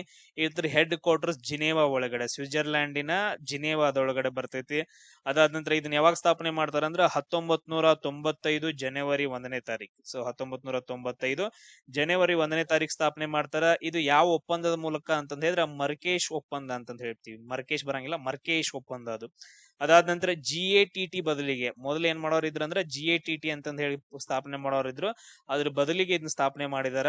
ಇದನ್ನ ಬಿಟ್ಟು ಬಿಡ್ರಿ. ಈ ಟೋಟಲ್ ಆಗಿ ಎಷ್ಟು ದೇಶಗಳಿದಾವ ಅಂದ್ರ 123 ದೇಶಗಳಿದಾವ. ಟೋಟಲ್ ಆಗಿ ಎಷ್ಟು ದೇಶಗಳಿದಾವ ಇದ್ರಲ್ಲಿ? 123 ದೇಶಗಳಿದಾವ. ಅದಾದ ನಂತರ ನೆಕ್ಸ್ಟ್ ಸಂಸ್ಥಾಪಕ ಅಂದ್ರೆ ಸಂಸ್ಥೆ ಇದು ಗ್ಯಾಟ್ ಒಪ್ಪಂದ ಮಾಡಿದಾಗ, ಸೊ ಗ್ಯಾಟ್ ಒಪ್ಪಂದವನ್ನ ಸಹಿ ಹಾಕಿದಾಗ 123. ಇವಾಗ ಟೋಟಲ್ ಆಗಿ ಎಷ್ಟದಾವ ಅಂದ್ರೆ 166 ದೇಶಗಳಿದಾವ. ಅವುಗಳನ್ನೇನ್ ನೆನ್ಪಿಟ್ಕೊಡ್ರಿ. ನಮ್ ಭಾರತ ದೇಶ ಕೂಡ ಜಾಯ್ನ್ ಆಗೈತೆ 1995. ಸ್ಟಾರ್ಟ್ ಆದಾಗಿಂದ ಅದ್ರ ಜಾಯ್ನ್ ಆಗೈತೆ. ಇದ್ರದ್ದು ಉದ್ದೇಶ ಏನಂತಂದ್ ಹೇಳಿದ್ರೆ ಜಾಗತಿಕ ವ್ಯಾಪಾರವನ್ನ ಸುಲಭಗೊಳಿಸೋದು. ಅಲ್ಲಿ ಕೂಡ ಟ್ಯಾಕ್ಸ್ ಇರ್ತಾವಪ್ಪ, ಟ್ಯಾಕ್ಸ್ ಹಾಕ್ತಿರ್ತಾರ. ಅದ್ರಲ್ಲಿ ಟ್ಯಾಕ್ಸ್ ಅವು ಇವು ಅಂತ ಬರ್ತಾವ, ಬೇಡನೇ ಬೇಡ ಅದ್ರ ಬಗ್ಗೆ ಡಿಸ್ಕಷನ್. ವಿವಾದಗಳನ್ನ ಬಗೆಹರಿಸೋದು, ವ್ಯಾಪಾರ ವಿವಾದಗಳನ್ನ, ವ್ಯಾಪಾರ ಅಡೆತಡೆಗಳನ್ನ ಕಮ್ಮಿ ಮಾಡೋದು, ಟ್ಯಾಕ್ಸ್ ಕಮ್ಮಿ ಮಾಡ್ಕೊಳ್ಳೋದು. ಸೊ ಜಾಗತಿಕ ವ್ಯಾಪಾರ ಅಂದ್ರೆ ಎಲ್ಲಾ ದೇಶಗಳ ಜೊತೆಗೆ ವ್ಯಾಪಾರವನ್ನ ಮಾಡ್ಬೇಕು ಅಂತಂದ್ ಹೇಳಿ ಇದ್ರದ್ದು ಉದ್ದೇಶ. ಇದಾದ ನಂತರ ನೆಕ್ಸ್ಟ್ ಬರುತ್ತೆ IMF, ಇಂಟರ್ನ್ಯಾಷನಲ್ ಮಾನಿಟರಿ ಫಂಡ್ ಅಂತಂದ್ ಹೇಳ್ತೀವಿ, ಅಥವಾ ಅಂತಾರಾಷ್ಟ್ರೀಯ ಹಣಕಾಸು ನಿಧಿ ಅಂತಂದ್ ಹೇಳಿ. ಇದ್ರದ ಹೆಡ್ ಕ್ವಾರ್ಟರ್ಸ್ ವಾಷಿಂಗ್ಟನ್ DC, ಅಮೆರಿಕಾದ ರಾಜಧಾನಿ ವಾಷಿಂಗ್ಟನ್ DC ಒಳಗಡೆ ಐತೆ. ಇದು ಸ್ಥಾಪನೆ ಯಾವಾಗ ಆಗತ್ತಂದ್ರ 1944 22 ಜುಲೈ 22ನೇ ತಾರೀಕು 1944 ಸ್ಥಾಪನೆ ಆಗತ್ತ. ಯಾವ ಸಮ್ಮೇಳನದ ಮುಖಾಂತರ? ಬ್ರೆಟನ್ ವುಡ್ಸ್ ಅಂತಂದ್ ಹೇಳಿ. ನೋಡ್ರಿ ಈ ಕ್ವಶನ್ ಬಂದೈತ್ ನೋಡ್ರಿ KA ಕ್ವಶನ್ ಪೇಪರ್ ಅಲ್ಲಿ. ಬ್ರೆಟನ್ ವುಡ್ಸ್ ಸಮ್ಮೇಳನದ ಮೂಲಕ ಈ IMF ಏನಂದ್ರ ರೂಪುಗೊಂಡೈತೆ, ಅಂದ್ರೆ ಸ್ಥಾಪನೆ ಆಗೈತೆ. ಯಾವ ಸಮ್ಮೇಳನದ ಮೂಲಕ? ಬ್ರೆಟನ್ ವುಡ್ ಸಮ್ಮೇಳನದ ಮೂಲಕ 1945 ಇದ್ರ ಕಾರ್ಯಾಚರಣೆ ಸ್ಟಾರ್ಟ್ ಮಾಡೈತೆ. ಸಂಸ್ಥಾಪಕ ದೇಶಗಳು 29, ಜಸ್ಟ್ ಭಾರತ ಸೇರಿದಂತೆ. ಇವಾಗ ಟೋಟಲ್ ಸದಸ್ಯರು ಎಷ್ಟಿರ ಅಂದ್ರ 190 ಸದಸ್ಯರಿದಾರ. 1945 ಏನ್ ಸ್ಥಾಪನೆ ಆಗೈತಲ್ಲ ಅವಾಗಿಂದನ ನಮ್ ದೇಶ ಅದ್ರೊಳಗೈತೆ. ಆಮೇಲೆ ಮುಖ್ಯ ಉದ್ದೇಶ ಏನಂದ್ರ ಜಾಗತಿಕ ಹಣಕಾಸು ಸ್ಥಿರತೆಯನ್ನ ಕಾಪಾಡ್ಕೊಳ್ಳೋದು. ಆಮೇಲೆ ನೆಕ್ಸ್ಟ್ ಬ್ಯಾಲೆನ್ಸ್ ಆಫ್ ಪೇಮೆಂಟ್ಸ್, ಆಮೇಲೆ ಸಾಲವನ್ನ ತಗೊಳ್ಳೋದು. ಬೇರೆ ಬೇರೆ ದೇಶಗಳಿಗೆ ಸಾಲವನ್ನ ಕೊಡುತ್ತ, ಆರ್ಥಿಕ ನೆರವನ್ನ ನೀಡುತ್ತ, ಸಬ್ಸಿಡೀಸ್ ನೀಡುತ್ತ. ಅದ್ರದ್ದೆಲ್ಲ ಕೆಲಸವನ್ನ ಯಾರು ಮಾಡ್ತಾರ ಅಂತಂದ್ ಹೇಳಿದ್ರ IMF ಮಾಡತ್ತ. ಸೊ ಇವಾಗ ನೋಡ್ರಿ ಟೋಟಲ್ ಆಗಿ 190 UN ಕಂಟ್ರೀಸ್ ಇದಾವ. 190 ಕಂಟ್ರೀಸ್ ಇದಾವ. ಪ್ಲಸ್ ಇನ್ನೊಂದು ಕೊಸೋವೋ ಅಂತಂದ್ ಹೇಳಿ ಒಂದ್ ಎಕ್ಸ್ಟ್ರಾ ಪ್ರದೇಶ ಆಡ್ ಆಗೈತೆ. ನೆಕ್ಸ್ಟ್ ಬರುತ್ತೆ ನೋಡ್ರಿ ವರ್ಲ್ಡ್ ಬ್ಯಾಂಕ್ ಅಂತಂದ್ ಹೇಳಿ, ಅಥವಾ ವಿಶ್ವ ಬ್ಯಾಂಕ್ ಅಂತಂದ್ ಹೇಳ್ತೀವಿ. ಇದ್ರದ್ದು ಹೆಡ್ ಕ್ವಾರ್ಟರ್ಸ್ ಕೂಡ ವಾಷಿಂಗ್ಟನ್ DC, ಅಮೆರಿಕದ ರಾಜಧಾನಿ ಒಳಗಡೆ. ಇದನ್ನ ಯಾವಾಗ ಸ್ಥಾಪನೆ ಮಾಡ್ತಾರಂದ್ರ 1944 ಜುಲೈ 4ನೇ ತಾರೀಕು. ಸೊ ಜುಲೈ 4 1944 ಸ್ಥಾಪನೆ ಮಾಡ್ತಾರ. ಇದು ಕೂಡ ಸೇಮ್ ಬ್ರೆಟನ್ ವುಡ್ ಸಮ್ಮೇಳನದ ಮುಖಾಂತರನ ವರ್ಲ್ಡ್ ಬ್ಯಾಂಕ್ ಸ್ಥಾಪನೆ ಆಗೈತೆ. ಸಂಸ್ಥಾಪಕ ಆ ಟೈಮ್ ಒಳಗಡೆ 44 ದೇಶಗಳು ಸೇರಿ ಸ್ಥಾಪನೆ ಆಗಿದಾವ. ಇವಾಗ ಟೋಟಲ್ ಆಗಿ 189 ಮೆಂಬರ್ಸ್ ಇದಾರೆ. ಟೋಟಲ್ ಆಗಿ ಎಷ್ಟಿದಾರ? 189 ಮೆಂಬರ್ಸ್ ಇದಾರೆ. ಇದನ್ನೆಲ್ಲ ಬಿಡ್ರಿ, 189 ಮೆಂಬರ್ಸ್. ಇದ್ರೊಳಗಡೆ 188 ಕಂಟ್ರೀಸ್ ಗಳು. ಲಾಸ್ಟ್ ಒಂದು ಪ್ರದೇಶ ಯಾವ್ದಂದ್ರೆ ಕೊಸೋವೋ ಅಂತಂದ್ ಹೇಳಿ ಸೇರೈತೆ. ಸೊ ಇವೆಲ್ಲ ಲಿಸ್ಟ್ ಆಫ್ ಏನಂತಂದ್ ಹೇಳಿದ್ರೆ ವಿಶ್ವ ಬ್ಯಾಂಕ್ ನಲ್ಲಿರುವಂತ ಸದಸ್ಯರು. ನಮ್ಮ ಭಾರತ ಕೂಡ ಇದರಲ್ಲಿ ಸದಸ್ಯತ್ವವನ್ನು ಹೊಂದೈತೆ ಸ್ಟಾರ್ಟ್ ಆದಾಗಿಂದ. ಇದು ಅಭಿವೃದ್ಧಿಶೀಲ ರಾಷ್ಟ್ರಗಳಿಗೆ ಆರ್ಥಿಕ ನೆರವನ್ನ ನೀಡೋದು, ಕನಿಷ್ಠ ಬಡ್ಡಿ ಒಳಗಡೆ ಸಾಲವನ್ನ ಕೊಡೋದು, ಆಮೇಲೆ ಸಬ್ಸಿಡೀಸ್ ಕೊಡೋದು, ಆಮೇಲೆ ಬಡತನವನ್ನ ನಿರ್ಮೂಲನೆ ಮಾಡ್ಬೇಕಂತಂದ್ ಹೇಳಿ ಇದ್ರ ಪ್ಲಾನಿಂಗ್. ಈಗ ನೋಡ್ರಿ ವರ್ಲ್ಡ್ ಬ್ಯಾಂಕ್ ನಿಂದ ನಮ್ ಇವನ್ ಬೇರೆ ಬೇರೆ ರಾಜ್ಯಗಳು ಕೂಡ ಸಾಲವನ್ನ ತಗೊಂತಾವ ಡೈರೆಕ್ಟ್ ಆಗಿ. ನೆಕ್ಸ್ಟ್ ಬರುತ್ತೆ ADB ಅಂತಂದ್ ಹೇಳಿ, ಏಷ್ಯನ್ ಡೆವಲಪ್ಮೆಂಟ್ ಬ್ಯಾಂಕ್ ಅಂತಂದ್ ಹೇಳಿ, ಅಥವಾ ಏಷ್ಯನ್ ಅಭಿವೃದ್ಧಿ ಬ್ಯಾಂಕ್. ಇದ್ರದ್ದು ಪ್ರಧಾನ ಕಚೇರಿ ಎಲ್ಲಿ ಬರುತ್ತಂದ್ರ ಮನಿಲಾ ಒಳಗಡೆ ಬರುತ್ತೆ. ಎಲ್ಲಿ ಬರುತ್ತ? ಫಿಲಿಪೀನ್ಸ್ ನ ರಾಜಧಾನಿ ಮನಿಲಾ ಒಳಗಡೆ ಬರುತ್ತ. ಆಮೇಲೆ ಇದು ಯಾವಾಗ ಸ್ಥಾಪನೆ ಆಗತ್ತಂದ್ರ ಡಿಸೆಂಬರ್ 19 1966 ಒಳಗಡೆ ಇದು ಸ್ಥಾಪನೆ ಆಗತ್ತ. ಅದಾದ ನಂತರ ಟೋಟಲ್ ಆಗಿ ಸಂಸ್ಥಾಪಕ ದೇಶಗಳು 31 ಇದಾವ, ಭಾರತ ಸೇರಿ. ಇವಾಗ ಟೋಟಲ್ ಆಗಿ ಸಂಖ್ಯೆಗಳು ಎಷ್ಟಿದಾವ ಅಂತಂದ್ ಹೇಳಿದ್ರ 69 ದೇಶಗಳಿದಾವ. ಈಗ ಎಷ್ಟಿದಾವ ಅಂತಂದ್ ಹೇಳಿದ್ರ 69 ಇದಾವ ಟೋಟಲ್ ಆಗಿ. 68 ಇಲ್ಲ, ಇದನ್ನ ಅಪ್ಡೇಟ್ ಮಾಡ್ಕೊಡ್ರಿ. 69 ದೇಶಗಳಿದಾವ. ಆಮೇಲೆ ಇವನ್ ನಮ್ ಭಾರತ ಕೂಡ ಸ್ಥಾಪನೆ ಆದಾಗಿಂದನ ಅದ್ರೊಳಗಡೆ ಐತೆ ADB ಒಳಗಡೆ. ಇದ್ರ ಉದ್ದೇಶ ಏನಂತಂದ್ರೆ ಏಷ್ಯಾ ಪೆಸಿಫಿಕ್ ಪ್ರದೇಶದ ಒಳಗಡೆ ಸೋಷಿಯಲ್ ಅಂಡ್ ಎಕನಾಮಿಕಲ್ ಅಭಿವೃದ್ಧಿಯನ್ನ ಹೊಂದಬೇಕನ್ನೋದು, ಆಮೇಲೆ ಬಡತನವನ್ನ ನಿರ್ಮೂಲನೆ ಮಾಡ್ಬೇಕು ಅಂತ ಹೇಳಿ ಅಥವಾ ಕಡಿಮೆ ಮಾಡ್ಬೇಕಂತ ಹೇಳಿ ಇದ್ರದ್ದು ಉದ್ದೇಶ ಆಗೈತೆ. ನೆಕ್ಸ್ಟ್ ಬರುತ್ತೆ ನೋಡ್ರಿ NDB ಅಂತಂದ ಹೇಳಿ, national development new development bank. NDB ಅಂತಂದ ಹೇಳಿದ್ರೆ ನ್ಯೂ ಡೆವಲಪ್ಮೆಂಟ್ ಬ್ಯಾಂಕ್ ಅಂತಂದ ಹೇಳ್ತೀವಿ, ಅಥವಾ ಬ್ರಿಕ್ಸ್ ಬ್ಯಾಂಕ್ ಅಂತಂದ ಹೇಳ್ತೀವಿ. ಇದನ್ನ ಯಾವಾಗ ಸ್ಥಾಪನೆ ಮಾಡ್ತಾರ ಅಂತಂದ ಹೇಳಿದ್ರೆ 2014 ಜುಲೈ ಒಳಗಡೆ ಒಂದು ಸಮ್ಮೇಳನ ನಡೆಯುತ್ತ, ಪೋರ್ಟ್ ಲೇಜಾ ಸಮ್ಮೇಳನ ಅಂತಂದ ಹೇಳಿ. 2014ರಲ್ಲಿ ಒಂದು ಸಮ್ಮೇಳನ, ಪೋರ್ಟ್ ಲೇಜಾ ಸಮ್ಮೇಳನದ ಒಪ್ಪಂದದಂತೆ ಈ ಬ್ಯಾಂಕ್ ಅನ್ನ ಸ್ಥಾಪನೆ ಮಾಡ್ತಾರ. 2015ರಿಂದ ಇದು ಕಾರ್ಯಗತಗೊಳ್ಳುತ್ತ. 2015 ಜುಲೈಯಿಂದ ಏನಂದ್ರೆ ಇದು ಜಾರಿಗೆ ಬರುತ್ತ. ಬಟ್ ಅದ್ರ ಸಮ್ಮೇಳನ ಯಾವಾಗ ನಡೆಯುತ್ತೆ? 2014 ಪೋರ್ಟ್ ಲೇಜಾ ಸಮ್ಮೇಳನದ ಮುಖಾಂತರ. ಇದರ ಸಂಸ್ಥಾಪಕ ದೇಶಗಳು ಯಾವ್ಯಾವು? ಬ್ರಿಕ್ಸ್ ದೇಶಗಳು: Brazil, Russia, Bharat, China, south Africa ಅಂತಂದೇಳಿ. ಅದಾದ ನಂತರ ಇಷ್ಟು ಮೇನ್ ಇಂಪಾರ್ಟೆಂಟ್. ಇದ್ರ ಹೆಡ್ ಕ್ವಾರ್ಟರ್ಸ್ ಎಲ್ಲಿ ಬರುತ್ತಂದ್ರ ಚೀನಾ ದೇಶದ ಶಾಂಘೈ ಒಳಗಡೆ. ಎಲ್ಲಿ ಬರುತ್ತ? ಚೀನಾ ದೇಶದ ಶಾಂಘೈ ಒಳಗಡೆ ಬರುತ್ತ. ಸೊ ಅದು ಬ್ರಿಕ್ಸ್. ಆಮೇಲೆ ಉಳಿದದ್ದೆಲ್ಲ ಏನಂದ್ರ ಆಲ್ಮೋಸ್ಟ್ ಸೇಮ್ ಇರುತ್ತೆ. ಇವುಗಳ ಬಗ್ಗೆ ನೋಡ್ಕೊಳ್ರಿ. ಬ್ರೆಜಿಲ್, ರಷ್ಯಾ ಅವೆಲ್ಲ ದೇಶಗಳದು. ಬಾಂಗ್ಲಾದೇಶ್, UAE, ಉರುಗ್ವೆ ಈಗ ರೀಸೆಂಟ್ ಆಗಿ ಅನುಮೋದಿತ ಆಗೈತೆ. 2024ರಲ್ಲಿ ಅಲ್ಜೀರಿಯಾ ದೇಶ ಏನಂದ್ರೆ ಹೊಸದಾಗಿ ಅನುಮೋದನೆ ಪಡ್ಕೊಂಡೈತೆ. ಉರುಗ್ವೆ ಏನಂದ್ರೆ ಪ್ರಾಸ್ಪೆಕ್ಟಿವ್ ಮೆಂಬರ್ ಅಷ್ಟೇ ಐತೆ, ಅಪೇಕ್ಷಿತ ಸದಸ್ಯ. ಸೇರ್ಲಾ ಬೇಡ ಅಂತಂದ ಹೇಳಿ ಅವನವನ್ ಇಂಥವು ಬರ್ತಾವ. ಒಂದು ಸೇರ್ಬೇಕು, ಇಲ್ಲ ಅಂತಂದ್ರೆ ಬಿಟ್ ಬಿಡ್ಬೇಕು, ಇಲ್ಲ ನಮ್ ತಲಿ ತಿಂತಾವು ಉರುಗ್ವೆ. ಅದಾದ ನಂತರ ಸೇಮ್ ಇದೆ, ಸಾಲವನ್ನ ಕೊಡೋದ, ಸುಸ್ಥಿರ ಸಸ್ಟೈನೇಬಲ್ ಡೆವಲಪ್ಮೆಂಟ್, ಎಲ್ಲಾ ಏನಂತಂದ್ರೆ ಸೌಕರ್ಯಗಳನ್ನ ಕೊಡೋದ, ಆರ್ಥಿಕತೆಯಿಂದ ಸಾಲವನ್ನ ನೀಡೋದ. ಸೊ ಅಂತ ಕೆಲಸ ಏನಂದ್ರೆ NDB. ನೆಕ್ಸ್ಟ್ ನೋಡ್ರಿ AIIB ಅಂತಂದೇಳಿ, ಏಷ್ಯನ್ ಇನ್ಫ್ರಾಸ್ಟ್ರಕ್ಚರ್ ಇನ್ವೆಸ್ಟ್ಮೆಂಟ್ ಬ್ಯಾಂಕ್ ಅಂತಂದೇಳಿ, ಏಷ್ಯನ್ ಮೂಲ ಸೌಕರ್ಯ ಹೂಡಿಕೆ ಬ್ಯಾಂಕು. ಇದ್ರ ಹೆಡ್ ಕ್ವಾರ್ಟರ್ಸ್ ಬೀಜಿಂಗ್ ಒಳಗಡೆ ಬರುತ್ತ. ಇದನ್ನ 2016ರಲ್ಲಿ ಸ್ಥಾಪನೆ ಮಾಡ್ತಾರ. 2016 ಜನವರಿ 16ನೇ ತಾರೀಕು ಇದು ಸ್ಟಾರ್ಟ್ ಆಗತ್ತ. ಎಸ್. ಅದಾದ ನಂತರ ನೆಕ್ಸ್ಟ್ ಇದ್ರಲ್ಲಿ ಟೋಟಲ್ ಆಗಿ ಎಷ್ಟು ಜನ ಅದಾರ ಅಂತಂದ ಹೇಳಿದ್ರೆ ಇವಾಗ 111 ಜನ ಇದಾರ. ಇವಾಗ ಟೋಟಲ್ ಆಗಿ ಎಷ್ಟು ಜನ ಅದಾರ ಅಂತಂದ ಹೇಳಿದ್ರೆ 111 ಜನ ಮೆಂಬರ್ಸ್ ಇದ್ರೊಳಗಡೆ ಇದಾರ. ಪಾಯಿಂಟ್ ಎಷ್ಟ ನೆನ್ಪಿಟ್ಕೊಳ್ರಿ, ಇದ್ರಲ್ಲೂ ಕೂಡ ನಮ್ಮ ಭಾರತ ದೇಶ ಶೇರ್ ಹೋಲ್ಡರ್ ಐತ. ನೆಕ್ಸ್ಟ್ ನೋಡ್ರಿ ISA ಅಂತಂದೇಳಿ, ಇಂಟರ್ನ್ಯಾಷನಲ್ ಸೋಲಾರ್ ಅಲಯನ್ಸ್ ಅಂತಂದ ಹೇಳ್ತೀವಿ, ಅಥವಾ ಅಂತಾರಾಷ್ಟ್ರೀಯ ಸೌರ ಒಕ್ಕೂಟ ಅಂತಂದೇಳಿ. ಇದ್ರದ್ದು ಹೆಡ್ ಕ್ವಾರ್ಟರ್ಸ್ ಎಲ್ಲಂದ್ರ ನಮ್ದು ಭಾರತ ದೇಶದ ಹರಿಯಾಣ ರಾಜ್ಯದ ಗುರುಗ್ರಾಮ್ ಒಳಗಡೆ, ಇಲ್ಲಿ ಗುರುಗಾಂವ್ ಅಂತಂದ ಹೇಳ್ತೀವಲ್ಲ ಅಲ್ಲಿ ಐತೆ. ಅದಾದ ನಂತರ ಇದನ್ನ ಸ್ಥಾಪಿತವಾದ ವರ್ಷ ಯಾವ್ದಂತಂದ್ರೆ 2015 ನವೆಂಬರ್ 30ನೇ ತಾರೀಕು ಸ್ಥಾಪನೆ ಮಾಡ್ತಾರೆ. ನವೆಂಬರ್ 30, 2015ರಲ್ಲಿ ಇದು ಸ್ಥಾಪನೆ ಆಗತ್ತ. ಎಲ್ಲಿ ಸ್ಥಾಪನೆ ಆಗತ್ತ ಅಂತಂದ್ರೆ COP21. ಸೊ COP21 ಶೃಂಗಸಭೆ ನಡೆದಿರುತ್ತೆ. ಆ ಸಭೆ ಒಳಗಡೆ ಭಾರತ ಮತ್ತು ಫ್ರಾನ್ಸ್ ಇವರಿಬ್ರು ಜಂಟಿಯಾಗಿ ಇಬ್ರು ಮಾತಾಡ್ಕೊಂಡು ಏನ್ ಮಾಡ್ತಾರ ಅಂತಂದ್ರೆ ಇದನ್ನ ಸ್ಟಾರ್ಟ್ ಮಾಡ್ತಾರ. ಸ್ಥಾಪನೆ ಮಾಡಿದಂತ ದೇಶಗಳೇವು? ಭಾರತ ಮತ್ತು ಫ್ರಾನ್ಸ್ ಇವೆರಡೂ ದೇಶಗಳು ಸೇರಿ ಸ್ಟಾರ್ಟ್ ಮಾಡ್ತಾವ. ಬಟ್ ಅದ್ರ ಇವಾಗ 120ಕ್ಕೂ ಹೆಚ್ಚು ದೇಶಗಳೇನಂದ್ರೆ ಇದಕ್ಕ ಸಹಿ ಹಾಕಿದಾವೆ. ಯಾಕಂದ್ರ ಸೂರ್ಯನ ಬೆಳಕನ್ನ ಯೂಸ್ ಮಾಡ್ಕೊಂಡು ಇವರು ಏನ್ ಮಾಡ್ತಿದಾರೆ ಅಂದ್ರೆ ಶಕ್ತಿಯನ್ನ ಉತ್ಪಾದನೆ ಮಾಡ್ತಿದಾರೆ. ಆ ರೀಸನ್ಗೋಸ್ಕರ ಮೇನು ಸೌರ ಶಕ್ತಿಯನ್ನ ಬಳಸ್ಕೊಂತಿದಾರ. ಪಳೆಯುಳಿಕೆ ಇಂಧನಗಳ ಮೇಲಿನ ಅವಲಂಬನೆಯನ್ನ ಕಮ್ಮಿ ಮಾಡ್ಕೊಂತಿದಾರ. ನೆಕ್ಸ್ಟ್ ನೋಡ್ರಿ CDRI ಅಂತಂದ ಹೇಳಿ ಬರುತ್ತೆ, ಕೊಯಿಲೇಷನ್ ಫಾರ್ ಡಿಸಾಸ್ಟರ್ ರೆಸಿಲೆಂಟ್ ಇನ್ಫ್ರಾಸ್ಟ್ರಕ್ಚರ್ ಅಂತಂದೇಳಿ. ಅಂದ್ರೆ ವಿಪತ್ತು ನಿರೋಧಕ ಮೂಲ ಸೌಕರ್ಯಗಳ ಒಕ್ಕೂಟ ಅಂತಂದೇಳಿ. ಇದ್ರದ್ದು ಹೆಡ್ ಕ್ವಾರ್ಟರ್ಸ್ ನ್ಯೂ ಡೆಲ್ಲಿ ಒಳಗಡೆ ಐತೆ, ಇಲ್ಲಿ ನವದೆಹಲಿ ಒಳಗಡೆ ಐತೆ. ಇದನ್ನ 2019 ಸೆಪ್ಟೆಂಬರ್ 23ನೇ ತಾರೀಕು, ಸೆಪ್ಟೆಂಬರ್ 23, 2019ರಲ್ಲಿ ಇದನ್ನ ಸ್ಥಾಪನೆ ಮಾಡ್ತಾರ. UN ಕ್ಲೈಮೇಟ್ ಆಕ್ಷನ್ ಸಮ್ಮಿಟ್ ಪ್ರಕಾರ. ಸೊ ಭಾರತದ ಪ್ರಧಾನಿ ನರೇಂದ್ರ ಮೋದಿ ಅವರು ಇದಕ್ಕ ಚಾಲನೆಯನ್ನ ಕೊಡ್ತಾರ. ಅದಾದ ನಂತರ ಸಂಸ್ಥಾಪಕ ದೇಶ ಯಾವ್ದಂತಂದ ಹೇಳಿದ್ರೆ ನಮ್ಮ ಭಾರತ ದೇಶ. ಇವಾಗ ಎಷ್ಟು ಜನ ಅದಾರ ಅಂತಂದ ಹೇಳಿದ್ರ more than 50 ಮೆಂಬರ್ಸ್ ಇದಾರ. ಸೊ ಇದು ಹಳೆ ಡಾಟಾ. ಇವಾಗ ಎಷ್ಟಿದಾರ ಅಂತಂದ ಹೇಳಿದ್ರ more than 50 ಮೆಂಬರ್ಸ್ ಇದಾರ ಈ ಇದ್ರೊಳಗಡೆ, ಆರ್ಗನೈಸೇಷನ್ಸ್ ಒಳಗಡೆ. ಇದೇನಂತಂದ್ರೆ ಪ್ರಾಕೃತಿಕ ವಿಕೋಪಗಳಾಗಿರ್ಬೋದು, ಅದಾದ ನಂತರ ಹವಾಮಾನ ಬದಲಾವಣೆ ಆಗಿರ್ಬೋದು. ಈಗ ನೋಡ್ರಿ ಜ್ವಾಲಾಮುಖಿ ಇದ್ರ ಬಗ್ಗೆ ಬರ್ಬೋದು, ಅಥವಾ ಅರ್ಥಕ್ವೇಕ್ ಆಗ್ಬೋದು. ಅಂತ ದೇಶಗಳಿಗೆ ನೆರವನ್ನ, ಮೂಲ ಸೌಕರ್ಯಗಳನ್ನ ಒದಗಿಸೋದು, ಸಹಕಾರವನ್ನ ನೀಡುವಂತಹ ಥಿಂಗ್ಸ್ ಅನ್ನ ಯಾವ್ದು ಮಾಡುತ್ತಂದ್ರೆ ನಮ್ ಇಂಡಿಯಾ ಆಗಿರ್ಬೋದು, ಅಥವಾ ಇದು CDRI ಅನ್ನೋ ಒಂದು ಆರ್ಗನೈಸೇಷನ್ ಮಾಡುತ್ತೆ. ಅದಾದ ನಂತರ ನೆಕ್ಸ್ಟ್ ನೋಡ್ರಿ ಫಸ್ಟ್ ಒನ್ ಯಾವ್ದಂದ್ರೆ UNEP ಅಂತಂದ ಹೇಳ್ತೀವಿ, ಯುನೈಟೆಡ್ ನೇಷನ್ಸ್ ಎನ್ವಿರಾನ್ಮೆಂಟ್ ಪ್ರೋಗ್ರಾಮ್, ಇದು ಎನ್ವಿರಾನ್ಮೆಂಟ್ ಪ್ರೋಗ್ರಾಮ್. ಈ ಕ್ವಶನ್ಸ್ ಗಳನ್ನ ಕೇಳಿದಾರ ಕೆಇ ಒಳಗಡೆ. ಸೊ ಇಲ್ಲಿ ನೋಡ್ರಿ, ಇದ್ರದ್ದು ಹೆಡ್ ಕ್ವಾರ್ಟರ್ಸ್ ಎಲ್ಲಿ ಬರುತ್ತಂದ್ರ ನೈರೋಬಿ ಒಳಗಡೆ ಬರುತ್ತ. ಎಲ್ಲಿ ಬರುತ್ತ? ನೈರೋಬಿ ಒಳಗಡೆ ಬರುತ್ತ. ಇಲ್ಲಿ ಎರಡು ಮಿಕ್ಸ್ ಆಗ್ಬಿಟ್ಟಾವ. ಇವು ಎರಡು ಎದಕ್ ಸಂಬಂಧ ಪಡ್ತಾವ ಅಂತಂದ ಹೇಳಿದ್ರೆ ಪರಿಸರ ಕಾರ್ಯಕ್ರಮಗಳು. ಇನ್ನೊಂದ್ ಯಾವ್ದಂದ್ರ UNFCCC ಅಂತಂದ ಹೇಳಿ.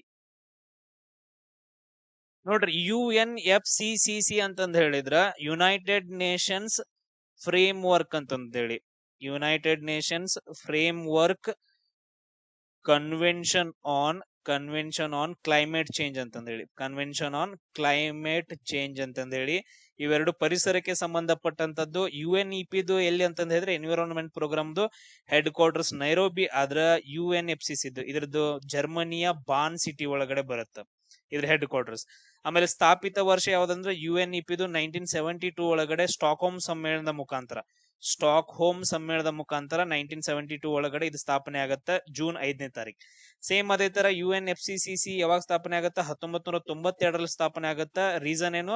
ರಿಯೋ ಅರ್ತ್ ಸಮ್ಮಿಟ್ ಮುಖಾಂತರ ಏನಂದ್ರೆ UNFCCC ಸ್ಟಾರ್ಟ್ ಆಗತ್ತ. ಅದಾದ ನಂತರ ಸಂಸ್ಥಾಪಕ ಸದಸ್ಯರು ಯಾರು? ವಿಶ್ವಸಂಸ್ಥೆ ಒಳಗಡೆ ಎಷ್ಟು ಜನ ಬರ್ತಾರಲ್ಲ ಅವರೆಲ್ಲಾ ಸಂಸ್ಥಾಪಕರು ಬರ್ತಾರ. ಅದನ್ನ ನೆನ್ಪಿಟ್ಕೊಡ್ರಿ. ಅದನ್ನ ಬಿಟ್ಟು ಮತ್ತೇನಿಲ್ಲ. ಎರಡೂದ್ರಲ್ಲೂ ಏನಂದ್ರೆ ನಮ್ಮ ಇಂಡಿಯಾ ಎರಡೂ ಸಂಸ್ಥೆಗಳಲ್ಲಿ ಸಕ್ರಿಯ ಸದಸ್ಯವಾಗೈತೆ. ಆಮೇಲೆ ಮೇನ್ ರೀಸನ್ ಏನು? ಇಲ್ಲಿ ಜಾಗತಿಕ ಪರಿಸರ ಸಂರಕ್ಷಣೆ ಮಾಡೋದಾಗಿರ್ಬೋದು, ಆಮೇಲೆ ಸಸ್ಟೈನೇಬಲ್ ಡೆವಲಪ್ಮೆಂಟ್, ಅದಾದ್ಮೇಲೆ ಹವಾಮಾನ ಬದಲಾವಣೆಯನ್ನ ತಡೆಗಟ್ಟೋದು, ಜಾಗತಿಕ ತಾಪಮಾನ ಗ್ಲೋಬಲ್ ಟೆಂಪರೇಚರ್ ಅಂತಂದು ಹೇಳ್ತೀವಲ್ಲ ಅದನ್ನ ನಿಯಂತ್ರಣ ಮಾಡೋಕೆ ಈ ಎರಡು ಎನ್ವಿರಾನ್ಮೆಂಟಲ್ ಪ್ರೋಗ್ರಾಮ್ಸ್ ಗಳು ಬಂದಿದಾವ. ನೆಕ್ಸ್ಟ್ ಬರುತ್ತೆ ನೋಡ್ರಿ IAEA ಅಂತಂದ ಹೇಳಿ, ಇಂಟರ್ನ್ಯಾಷನಲ್ ಅಟಾಮಿಕ್ ಎನರ್ಜಿ ಏಜೆನ್ಸಿ ಅಂತಂದ ಹೇಳಿ.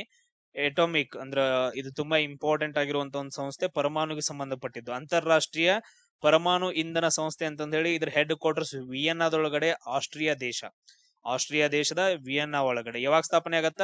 1957 ಜುಲೈ 29ನೇ ತಾರೀಕು. ಜುಲೈ 29 ನೋಡ್ರಿ. ಯಾಕಂತಂದ ಹೇಳಿದ್ರೆ ನಾಳೆಗೆ ಅದ್ರದ್ದು ಹುಟ್ಟು ಹಬ್ಬ ಐತೆ, ಅದಕ್ಕೋಸ್ಕರ ಜುಲೈ 29, 1957ರಲ್ಲಿ. ಆಮೇಲೆ ಇನ್ನೊಂದು ನಾವೇನ್ ಕರಿತೀವಿ ನಾಳೆಗೆ? ಟೈಗರ್ ಡೇ ಅಂತ ಕರಿತೀವಲ್ಲ, ವರ್ಲ್ಡ್ ಟೈಗರ್ ಡೇ. ಎಸ್. ಅದಾದ ನಂತರ ನೆಕ್ಸ್ಟ್ ನೋಡ್ರಿ, ಯಾಕಂತಂದ ಹೇಳಿದ್ರ ಇಂಪಾರ್ಟೆಂಟ್ ಆಗ್ತಾವ. 1957 ಜುಲೈ 29ನೇ ತಾರೀಕು ಇದನ್ನ ಸ್ಥಾಪನೆ ಮಾಡ್ತಾರ. ಅದಾದ ನಂತರ ಸಂಸ್ಥಾಪಕ ದೇಶಗಳು ಎಷ್ಟು ಅವೆಲ್ಲ ಬೇಡ. ಈಗ ಟೋಟಲ್ ಆಗಿ ಸದಸ್ಯರ ಸಂಖ್ಯೆ ಎಷ್ಟಿದಾವ ಅಂದ್ರೆ 181 ಸದಸ್ಯರಿದಾರ. ಇವನ್ ನಮ್ ಭಾರತ ದೇಶ ಯಾವಾಗ ಸ್ಥಾಪನೆ ಆಯ್ತಲ್ಲ ಅವಾಗಿಂದನು ಇದ್ರೊಳಗಡೆನೆ ಐತೆ. ಇಲ್ಲಿ ಇಂಪಾರ್ಟೆಂಟ್ ಕಾರ್ಯ ಏನಂತಂದ ಹೇಳಿದ್ರೆ ಪರಮಾಣು ಶಕ್ತಿಯನ್ನ ನಿಯಮಿತವಾಗಿ ಬಳಸಬೇಕು. ಪ್ರತಿಯೊಬ್ರು ಕಂಟ್ರಿ ಅವರು ಅದನ್ನ ಅಬ್ಸರ್ವೇಷನ್ ಮಾಡುತ್ತ. ಆಮೇಲೆ ಶಾಂತಿಯುತವಾಗಿ ಮತ್ತು ಸುರಕ್ಷಿತ ಉದ್ದೇಶಗಳಿಗಾಗಿ ಮಾತ್ರ ಪರಮಾಣು ಶಕ್ತಿಯನ್ನ ಯೂಸ್ ಮಾಡ್ಬೇಕು. ಈಗ ಯುರೇನಿಯಂ ಯೂಸ್ ಮಾಡ್ಕೊಂಡು ಬಾಂಬ್ ಎಲ್ಲ ರೆಡಿ ಮಾಡಂಗಿಲ್ಲ. ಅದನ್ನ ಎಲ್ಲಿ ಯೂಸ್ ಮಾಡ್ಬೇಕು? ಅಣುಸ್ಥಾವರಗಳಲ್ಲಿ ಮಾತ್ರ ಯೂಸ್ ಮಾಡ್ಬೇಕು. ಆಮೇಲೆ ಥೋರಿಯಂ ಅನ್ನ ಹೆಂಗ್ ಬೇಕಾದಂಗ್ ಯೂಸ್ ಮಾಡಂಗಿಲ್ಲ. ಪ್ಲುಟೋನಿಯಂ ಅನ್ನ ಹೆಂಗ್ ಬೇಕಾದಂಗ್ ಯೂಸ್ ಮಾಡಂಗಿಲ್ಲ. ಇವೆಲ್ಲ ಪರಮಾಣು ವಸ್ತುಗಳು ಬರ್ತಾವ, ಪರಮಾಣು ಮೂಲ ವಸ್ತುಗಳು ಅಂತಂದ ಹೇಳ್ತೀವಿ. ಅವುಗಳಿಂದ ಬಾಂಬ್ ಹಾಕಿರೋ ಅಂತಂದ ಹೇಳಿದ್ರೆ ಎಲ್ಲ ಸುಟ್ಟೋಗುತ್ತೆ, ಎಲ್ಲ ಸತ್ತೋಗುತ್ತೆ. ಆ ಲೆವೆಲ್ಗೆ ಡೇಂಜರಸ್ ಇರ್ತಾವ ಪರಮಾಣು ಅಟಾಮಿಕ್ ಬಾಂಬ್ಸ್. ನಿಮ್ಗೆ ಗೊತ್ತೈತೆ. ಈಗ ನಾಗಾಸಾಕಿ ಮತ್ತು ಹಿರೋಶಿಮಾ ಮತ್ತು ನಾಗಾಸಾಕಿ ಮೇಲೆ ಹಾಕ್ತಾರಲ್ಲ, ಹಿರೋಶಿಮಾ ಮತ್ತು ನಾಗಾಸಾಕಿ ಈ ಎರಡು ದೇಶಗಳ ಮೇಲೆ ಅಮೆರಿಕ ಬಾಂಬ್ ಹಾಕತ್ತ. ಇನ್ನೂ ಆದ್ರೂ ಕೂಡ ಅಲ್ಲಿ ಜನ ಅಂದ್ರ ಮಕ್ಕಳು ಹುಟ್ಟೋದ ಅಂಗವೈಕಲ್ಯತೆಯಿಂದ ಹುಟ್ಟತಾ ಇದಾವ. ನೆಕ್ಸ್ಟ್ ನೋಡ್ರಿ, WHO ವರ್ಲ್ಡ್ ಹೆಲ್ತ್ ಆರ್ಗನೈಸೇಷನ್ ಅಂತಂದೇಳಿ, ವಿಶ್ವ ಆರೋಗ್ಯ ಸಂಸ್ಥೆ. ಇದ್ರದ್ದು ಹೆಡ್ ಕ್ವಾರ್ಟರ್ಸ್ ಜಿನೇವಾ ಒಳಗಡೆ. ಆಮೇಲೆ ದೇಶ ಯಾವ್ದಂದ್ರ ಸ್ವಿಟ್ಜರ್ಲ್ಯಾಂಡ್ ಅಂತಂದ ಹೇಳ್ತೀವಿ.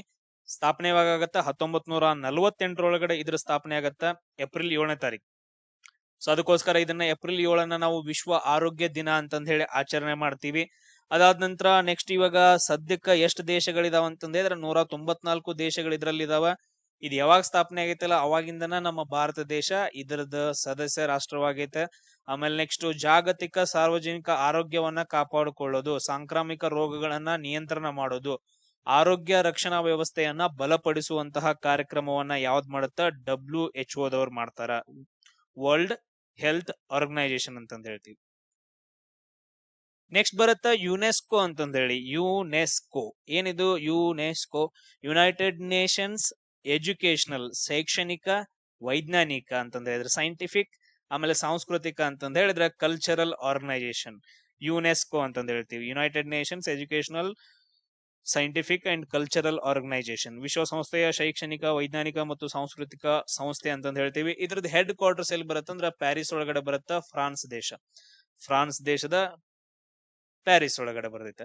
ಅದಾದ ನಂತರ ಇವಾಗ ಸದ್ಯಕ್ಕ ಎಷ್ಟು ದೇಶಗಳಿದಾವ ಅಂದ್ರ 194 ದೇಶಗಳಿದಾವ. ಅದಾದ ನಂತರ ನಮ್ ದೇಶ ಕೂಡ ಇದ್ರದ್ದು ಒಂದು ಸದಸ್ಯ ರಾಷ್ಟ್ರವಾಗೈತೆ.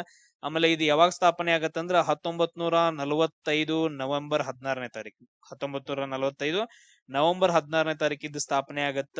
ಇದ್ರದ್ದು ಕೆಲಸ ಏನಂದ್ರೆ ಶಿಕ್ಷಣ, ವಿಜ್ಞಾನ, ಸಂಸ್ಕೃತಿ ಮತ್ತು ಪಾರಂಪರಿಕ ತಾಣಗಳನ್ನ ಸಂರಕ್ಷಣೆ ಮಾಡೋದು. ವರ್ಲ್ಡ್ ಹೆರಿಟೇಜ್ ಸೈಟ್ಸ್ ಅಂತಂದ ಹೇಳಿ ಲೇಬಲ್ ಕೊಡುತ್ತ ನೋಡ್ರಿ. ಲೇಬಲ್ ಕೊಟ್ಟು ಆ ಪ್ರದೇಶವನ್ನ ಸಂರಕ್ಷಣೆ ಮಾಡುವಂತ ಒಂದು ಆರ್ಗನೈಸೇಷನ್ ಯುನೆಸ್ಕೋ ಅಂತಂದ ಹೇಳ್ತೀವಿ. ಸೊ ನೆನ್ಪಿಟ್ಕೊಳ್ರಿ, ಯುನೆಸ್ಕೋದ ಒಳಗಡೆ ಏನ್ ಮಾಡ್ತಾರ ಅಂತಂದ ಹೇಳಿದ್ರೆ ವರ್ಲ್ಡ್ ಹೆರಿಟೇಜ್ ಕನ್ವೆನ್ಷನ್ ಅಂತಂದ ಹೇಳಿ ಮಾಡ್ತಾರ. ವರ್ಲ್ಡ್ ಹೆರಿಟೇಜ್ ಕನ್ವೆನ್ಷನ್ ಅಂತಂದ ಹೇಳಿದ್ರ ವಿಶ್ವ ಪಾರಂಪರಿಕ ತಾಣಗಳನ್ನ ನಾವು ಕಾಪಾಡ್ಕೋಬೇಕಂತಂದ ಹೇಳಿ ಒಂದು ಕನ್ವೆನ್ಷನ್ ಅನ್ನ ಮಾಡ್ತಾರ, ಒಂದು ಸಮ್ಮೇಳನವನ್ನ ಮಾಡ್ತಾರ, ಒಂದು ಮೀಟಿಂಗ್ ಅಂತ ಅನ್ಕೊಳ್ರಿ. ಯಾವಾಗ ಮಾಡ್ತಾರ? 1972 ಒಳಗಡೆ ಮಾಡ್ತಾರ. ಅಲ್ಲಿಂದ ಏನ್ ಮಾಡ್ತಾರ ಅಂತಂದ ಹೇಳಿದ್ರೆ ಮಾನ್ಯುಮೆಂಟ್ಸ್ ಗಳಾಗಿರ್ಬೋದು, ಸ್ಮಾರಕಗಳನ್ನ, ಆಮೇಲೆ ಟೆಂಪಲ್ಸ್ ಗಳನ್ನ, ಆಮೇಲೆ ಐತಿಹಾಸಿಕ ಸ್ಥಳಗಳನ್ನ ಏನ್ ಮಾಡ್ಬೇಕು ನಾವು ಸಂರಕ್ಷಣೆ ಮಾಡ್ಬೇಕಂತಂದ ಹೇಳಿ ಇದ್ರಲ್ಲಿ ನಡೆಯುತ್ತ. ಫಸ್ಟ್ ಒನ್ 1983ರಲ್ಲಿ ನಮ್ಮ ಭಾರತ ದೇಶದ ಯಾವ್ದು ಸೇರತ್ತ? ಅಜಂತಾ ಕೇವ್ಸ್ ಸೇರ್ತಾವ. ಯಾವ್ದು? ಅಜಂತಾ ಕೇವ್ಸ್ ಗಳು ಈ ಲಿಸ್ಟ್ ಅಲ್ಲಿ ಸೇರ್ತಾವ. ತುಂಬಾ ಇಂಪಾರ್ಟೆಂಟ್, ಅಜಂತಾ ಕೇವ್ಸ್. ಆಮೇಲೆ ಅದ್ರ ಜೊತೆಗೆ ಇನ್ನೊಂದ್ ಯಾವ್ದಂದ್ರೆ ಎಲ್ಲೋರಾ ಕೇವ್ಸ್. ಇನ್ನೊಂದ್ ಯಾವ್ದಂತಂದ ಹೇಳಿದ್ರೆ ಎಲ್ಲೋರಾ ಕೇವ್ಸ್. ನೀವು ನೆನ್ಪಿಟ್ಕೋಬೇಕು, ಈ ಎಲ್ಲೋರಾ ಕೇವ್ಸ್ ಒಳಗಡೆನ ಯಾವ್ದೈತೆ? ಕೈಲಾಸನಾಥ ಟೆಂಪಲ್ ಐತೆ. ಯಾವ್ದೈತೆ? ಕೈಲಾಸನಾಥ ಟೆಂಪಲ್ ಕೂಡ ಯಾವ್ದ್ರೊಳಗಡೆ ಐತಂದ್ರ ಈ ಎಲ್ಲೋರಾ ಕೇವ್ಸ್ ಒಳಗಡೆ ಐತೆ. ಅದಾದ ನಂತರ 1980 ಇನ್ನೊಂದ್ ಯಾವ್ದು ಸೇರತ್ತಂದ್ರ ಆಗ್ರಾ ಪೋರ್ಟ್ ಸೇರತ್ತ. ಆಗ್ರಾ ಕೋಟೆ ಅಂತಂದೇಳಿ. ಬಟ್ ಅದ್ರ ಫಸ್ಟ್ ಒನ್ ಯಾವ್ದು ಕೇಳಿದ್ರಂದ್ರ ಆ ಕ್ವಶನ್ ಫಸ್ಟ್ ಒನ್ ಅಜಂತಾ ಗುಹೆಗಳು ಸೇರ್ತಾವ, ಆಗ್ರಾ ಕೋಟೆ. ಅದಾದ ನಂತರ ನೆಕ್ಸ್ಟ್ ಇನ್ನೊಂದ್ ಯಾವ್ದು ಸೇರತ್ತ? ತಾಜ್ ಮಹಲ್ ಕೂಡ ಸೇರತ್ತ. 1983ರಲ್ಲಿ ಇವನ್ ತಾಜ್ ಮಹಲ್ ಕೂಡ, ಅದನ್ನು ಕೂಡ ಯುನೆಸ್ಕೋ ವರ್ಲ್ಡ್ ಹೆರಿಟೇಜ್ ಸೈಟ್ ಆಗಿ ಸೇರಿಸ್ತಾರ. ಆಮೇಲೆ ನೆಕ್ಸ್ಟ್ ನೋಡ್ರಿ, ಕೊನಾರ್ಕ್ ಟೆಂಪಲ್ ಅಂತಂದ ಹೇಳಿ ನಮಗ್ ಕೇಳೋ ಕ್ವಶನ್ಸ್ ಗಳು ಯಾವ್ಯಾವ ಬರ್ತಾವ ಅಂತಂದ ಹೇಳಿದ್ರೆ ಕೊನಾರ್ಕ್ ಟೆಂಪಲ್ ಅಂತಂದ ಹೇಳಿ ಬರುತ್ತ. ಕೊನಾರ್ಕ್ ಸೂರ್ಯ ದೇವಾಲಯ, ಇದು ಒಡಿಸಾದೊಳಗಡೆ. ಇದನ್ನ 1984ರಲ್ಲಿ ಸೇರಿಸ್ತಾರ. ಅದಾದ ನಂತರ ನೆಕ್ಸ್ಟ್ ಬರುವಂತದ್ದು ಮಹಾಬಲಿಪುರಂ ಅಂತಂದೇಳಿ. ಮಹಾಬಲಿಪುರಂ ನಿಮ್ಗೆಲ್ರಿಗೂ ಗೊತ್ತೈತಿ ಮಹಾಬಲಿಪುರಂ ಬಗ್ಗೆ. ಅಲ್ಲಿ ಪಾಂಡವರ ರಥಗಳಿದಾವ. ಆಮೇಲೆ ಶೋರ್ ಟೆಂಪಲ್ ಅಂತಂದ ಹೇಳ್ತೀವಿ, ಕಡಲ ತೀರದ ಟೆಂಪಲ್ಸ್ ಗಳಿದಾವ. ಇದನ್ನು ಕೂಡ 1984ರಲ್ಲಿ ಸೇರಿಸ್ತಾರ. ಇದು ತಮಿಳುನಾಡಕ್ಕೆ ಸಂಬಂಧಪಟ್ಟಿದ್ದು. ಇದನ್ನ ನಿರ್ಮಿಸಿದವ್ರು ಯಾರಂತಂದ ಹೇಳಿದ್ರೆ ಪಲ್ಲವ ದೊರೆಯಾದಂತಹ 1ನೇ ನರಸಿಂಹವರ್ಮ ಅಂತಂದ ಹೇಳ್ತೀವಿ. ಅದಾದ ನಂತರ next Kaziranga national park. Next ಯಾವ್ದಂತಂದ ಹೇಳಿದ್ರೆ ಕಾಜಿರಂಗ ನ್ಯಾಷನಲ್ ಪಾರ್ಕ್. ಇದು ಫಸ್ಟ್ ಏನಂತಂದ ಹೇಳಿದ್ರ 1985ರಲ್ಲಿ ಸೇರಿಸ್ತಾರ. ಅಸ್ಸಾಂದು ಮೊದಲ ನ್ಯಾಚುರಲ್ ಸೈಟ್ ಅಂತಂದ ಹೇಳ್ತೀವಿ. ಸೊ ಫಸ್ಟ್ ಒನ್ ಏನಂದ್ರೆ ಎಲ್ಲ ಕಲ್ಚರಲ್ ಸೈಟ್ ಎಲ್ಲ ಇರ್ತಾವ. ಫಸ್ಟ್ ನ್ಯಾಚುರಲ್ ಸೈಟ್ ಯಾವ್ದಂತಂದ ಹೇಳಿದ್ರೆ ಕಾಜಿರಂಗ ನ್ಯಾಷನಲ್ ಪಾರ್ಕ್ ಅಂತಂದ ಹೇಳ್ತೀವಿ. ಅದ್ರ ಜೊತೆಗೆ ಇನ್ನೊಂದ್ ಸೇರ್ತೈತೆ ಮಾನಸ ನ್ಯಾಷನಲ್ ಪಾರ್ಕ್. ಇನ್ನೊಂದ್ ಯಾವ್ದು? ಮಾನಸ ನ್ಯಾಷನಲ್ ಪಾರ್ಕ್ ಅಂತಂದ ಹೇಳ್ತೀವಿ. ಅದು ಕೂಡ 1985 ಸೇರತ್ತ. ಅದಾದ ನಂತರ ನಮ್ ಇದ್ರ ನೋಡೋಣ. ಇವಾಗ ನಮ್ ಕರ್ನಾಟಕದೆಲ್ಲ ಬಂದ್ರ ಯಾವ ಅಂತಂದ ಹೇಳ್ತೀವಿ. ಫಸ್ಟ್ ಒನ್ ಯಾವ್ದಂತಂದ ಹೇಳಿದ್ರೆ 1986 1986 ಯಾವ್ದು ಸೇರತ್ತ? ಹಂಪಿ ಅಂತಂದ ಹೇಳ್ತೀವಿ. ಯಾವ್ದು ಸೇರತ್ತ? ಹಂಪಿ. ಆಮೇಲೆ 1987ರಲ್ಲಿ ಯಾವ್ದು ಸೇರತ್ತ? ಪಟ್ಟದಕಲ್ಲು ಅಂತಂದ ಹೇಳ್ತೀವಿ. ಯಾವ್ದು? ಪಟ್ಟದಕಲ್ಲು. ಆಮೇಲೆ ನೆಕ್ಸ್ಟ್ 2012ರಲ್ಲಿ ಯಾವ್ದು ಸೇರತ್ತ? 2012 ಯಾವ್ದಂದ್ರೆ ವೆಸ್ಟರ್ನ್ ಘಾಟ್ಸ್ ಗಳು ಸೇರ್ತಾವ. ನೆಕ್ಸ್ಟ್ ನೋಡ್ರಿ, ಈಗ ರೀಸೆಂಟ್ ಆಗಿ 2023ರಲ್ಲಿ ಯಾವ ಸೇರಿದಾವ ಅಂತಂದ ಹೇಳಿದ್ರೆ ಕರ್ನಾಟಕದ ಹೊಯ್ಸಳ ಪ್ರದೇಶಗಳು ಬರ್ತಾವಲ್ಲ, ಹೊಯ್ಸಳ ಪ್ರದೇಶಗಳು. ಅದ್ರಲ್ಲಿ ಯಾವ್ದು ಬರ್ಕೊಳ್ರಿ? ಚೆನ್ನಕೇಶವ ದೇವಾಲಯ ಬರುತ್ತ, ಹೊಯ್ಸಳೇಶ್ವರ ದೇವಾಲಯ ಬರುತ್ತ. ಚೆನ್ನಕೇಶ್ವರ ದೇವಾಲಯ ಬೇಲೂರು, ಹೊಯ್ಸಳೇಶ್ವರ ದೇವಾಲಯ ಹಳೆಬೀಡು. ಅದಾದ ನಂತರ ಕೇಶವ ಟೆಂಪಲ್ ಸೋಮನಾಥಪುರ. ಇಷ್ಟೇನಂತಂದ ಹೇಳಿದ್ರೆ ಸೇರ್ತಾವ. ಯಾವಾಗ? 2023ರಲ್ಲಿ. ಅದಾದ ನಂತರ 2024 ಮಯೋ ಡ್ಯಾಮ್ಸ್ ಅಂತಂದ ಹೇಳಿ, ಮಯೋ ಡ್ಯಾಮ್ಸ್ ಅಂತಂದ ಹೇಳಿ ಸೇರ್ತಾವ. ಅಸ್ಸಾಂದು ಮಯೋ ಡ್ಯಾಮ್ಸ್ ಅಂತಂದ ಹೇಳಿ ಅಂದ್ರೆ ಮೌಂಟ್ ಬ್ಯೂರಿಯಲ್ ಸಿಸ್ಟಮ್ ಅಂತಂದ ಹೇಳ್ತೀವಿ. ಅಂದ್ರೆ ಈಗ ನಾವು ಏನಂತ ಹೇಳ್ತೀವಿ, ಗೋರಿಗಳು ಅಂತಂದ ಹೇಳ್ತೀವಲ್ಲ, ರಾಜರ ಕಾಲದ ಗೋರಿಗಳು ಅಸ್ಸಾಂ ಒಳಗಡೆ, ಅದನ್ನ ಸೇರಿಸ್ತಾರ.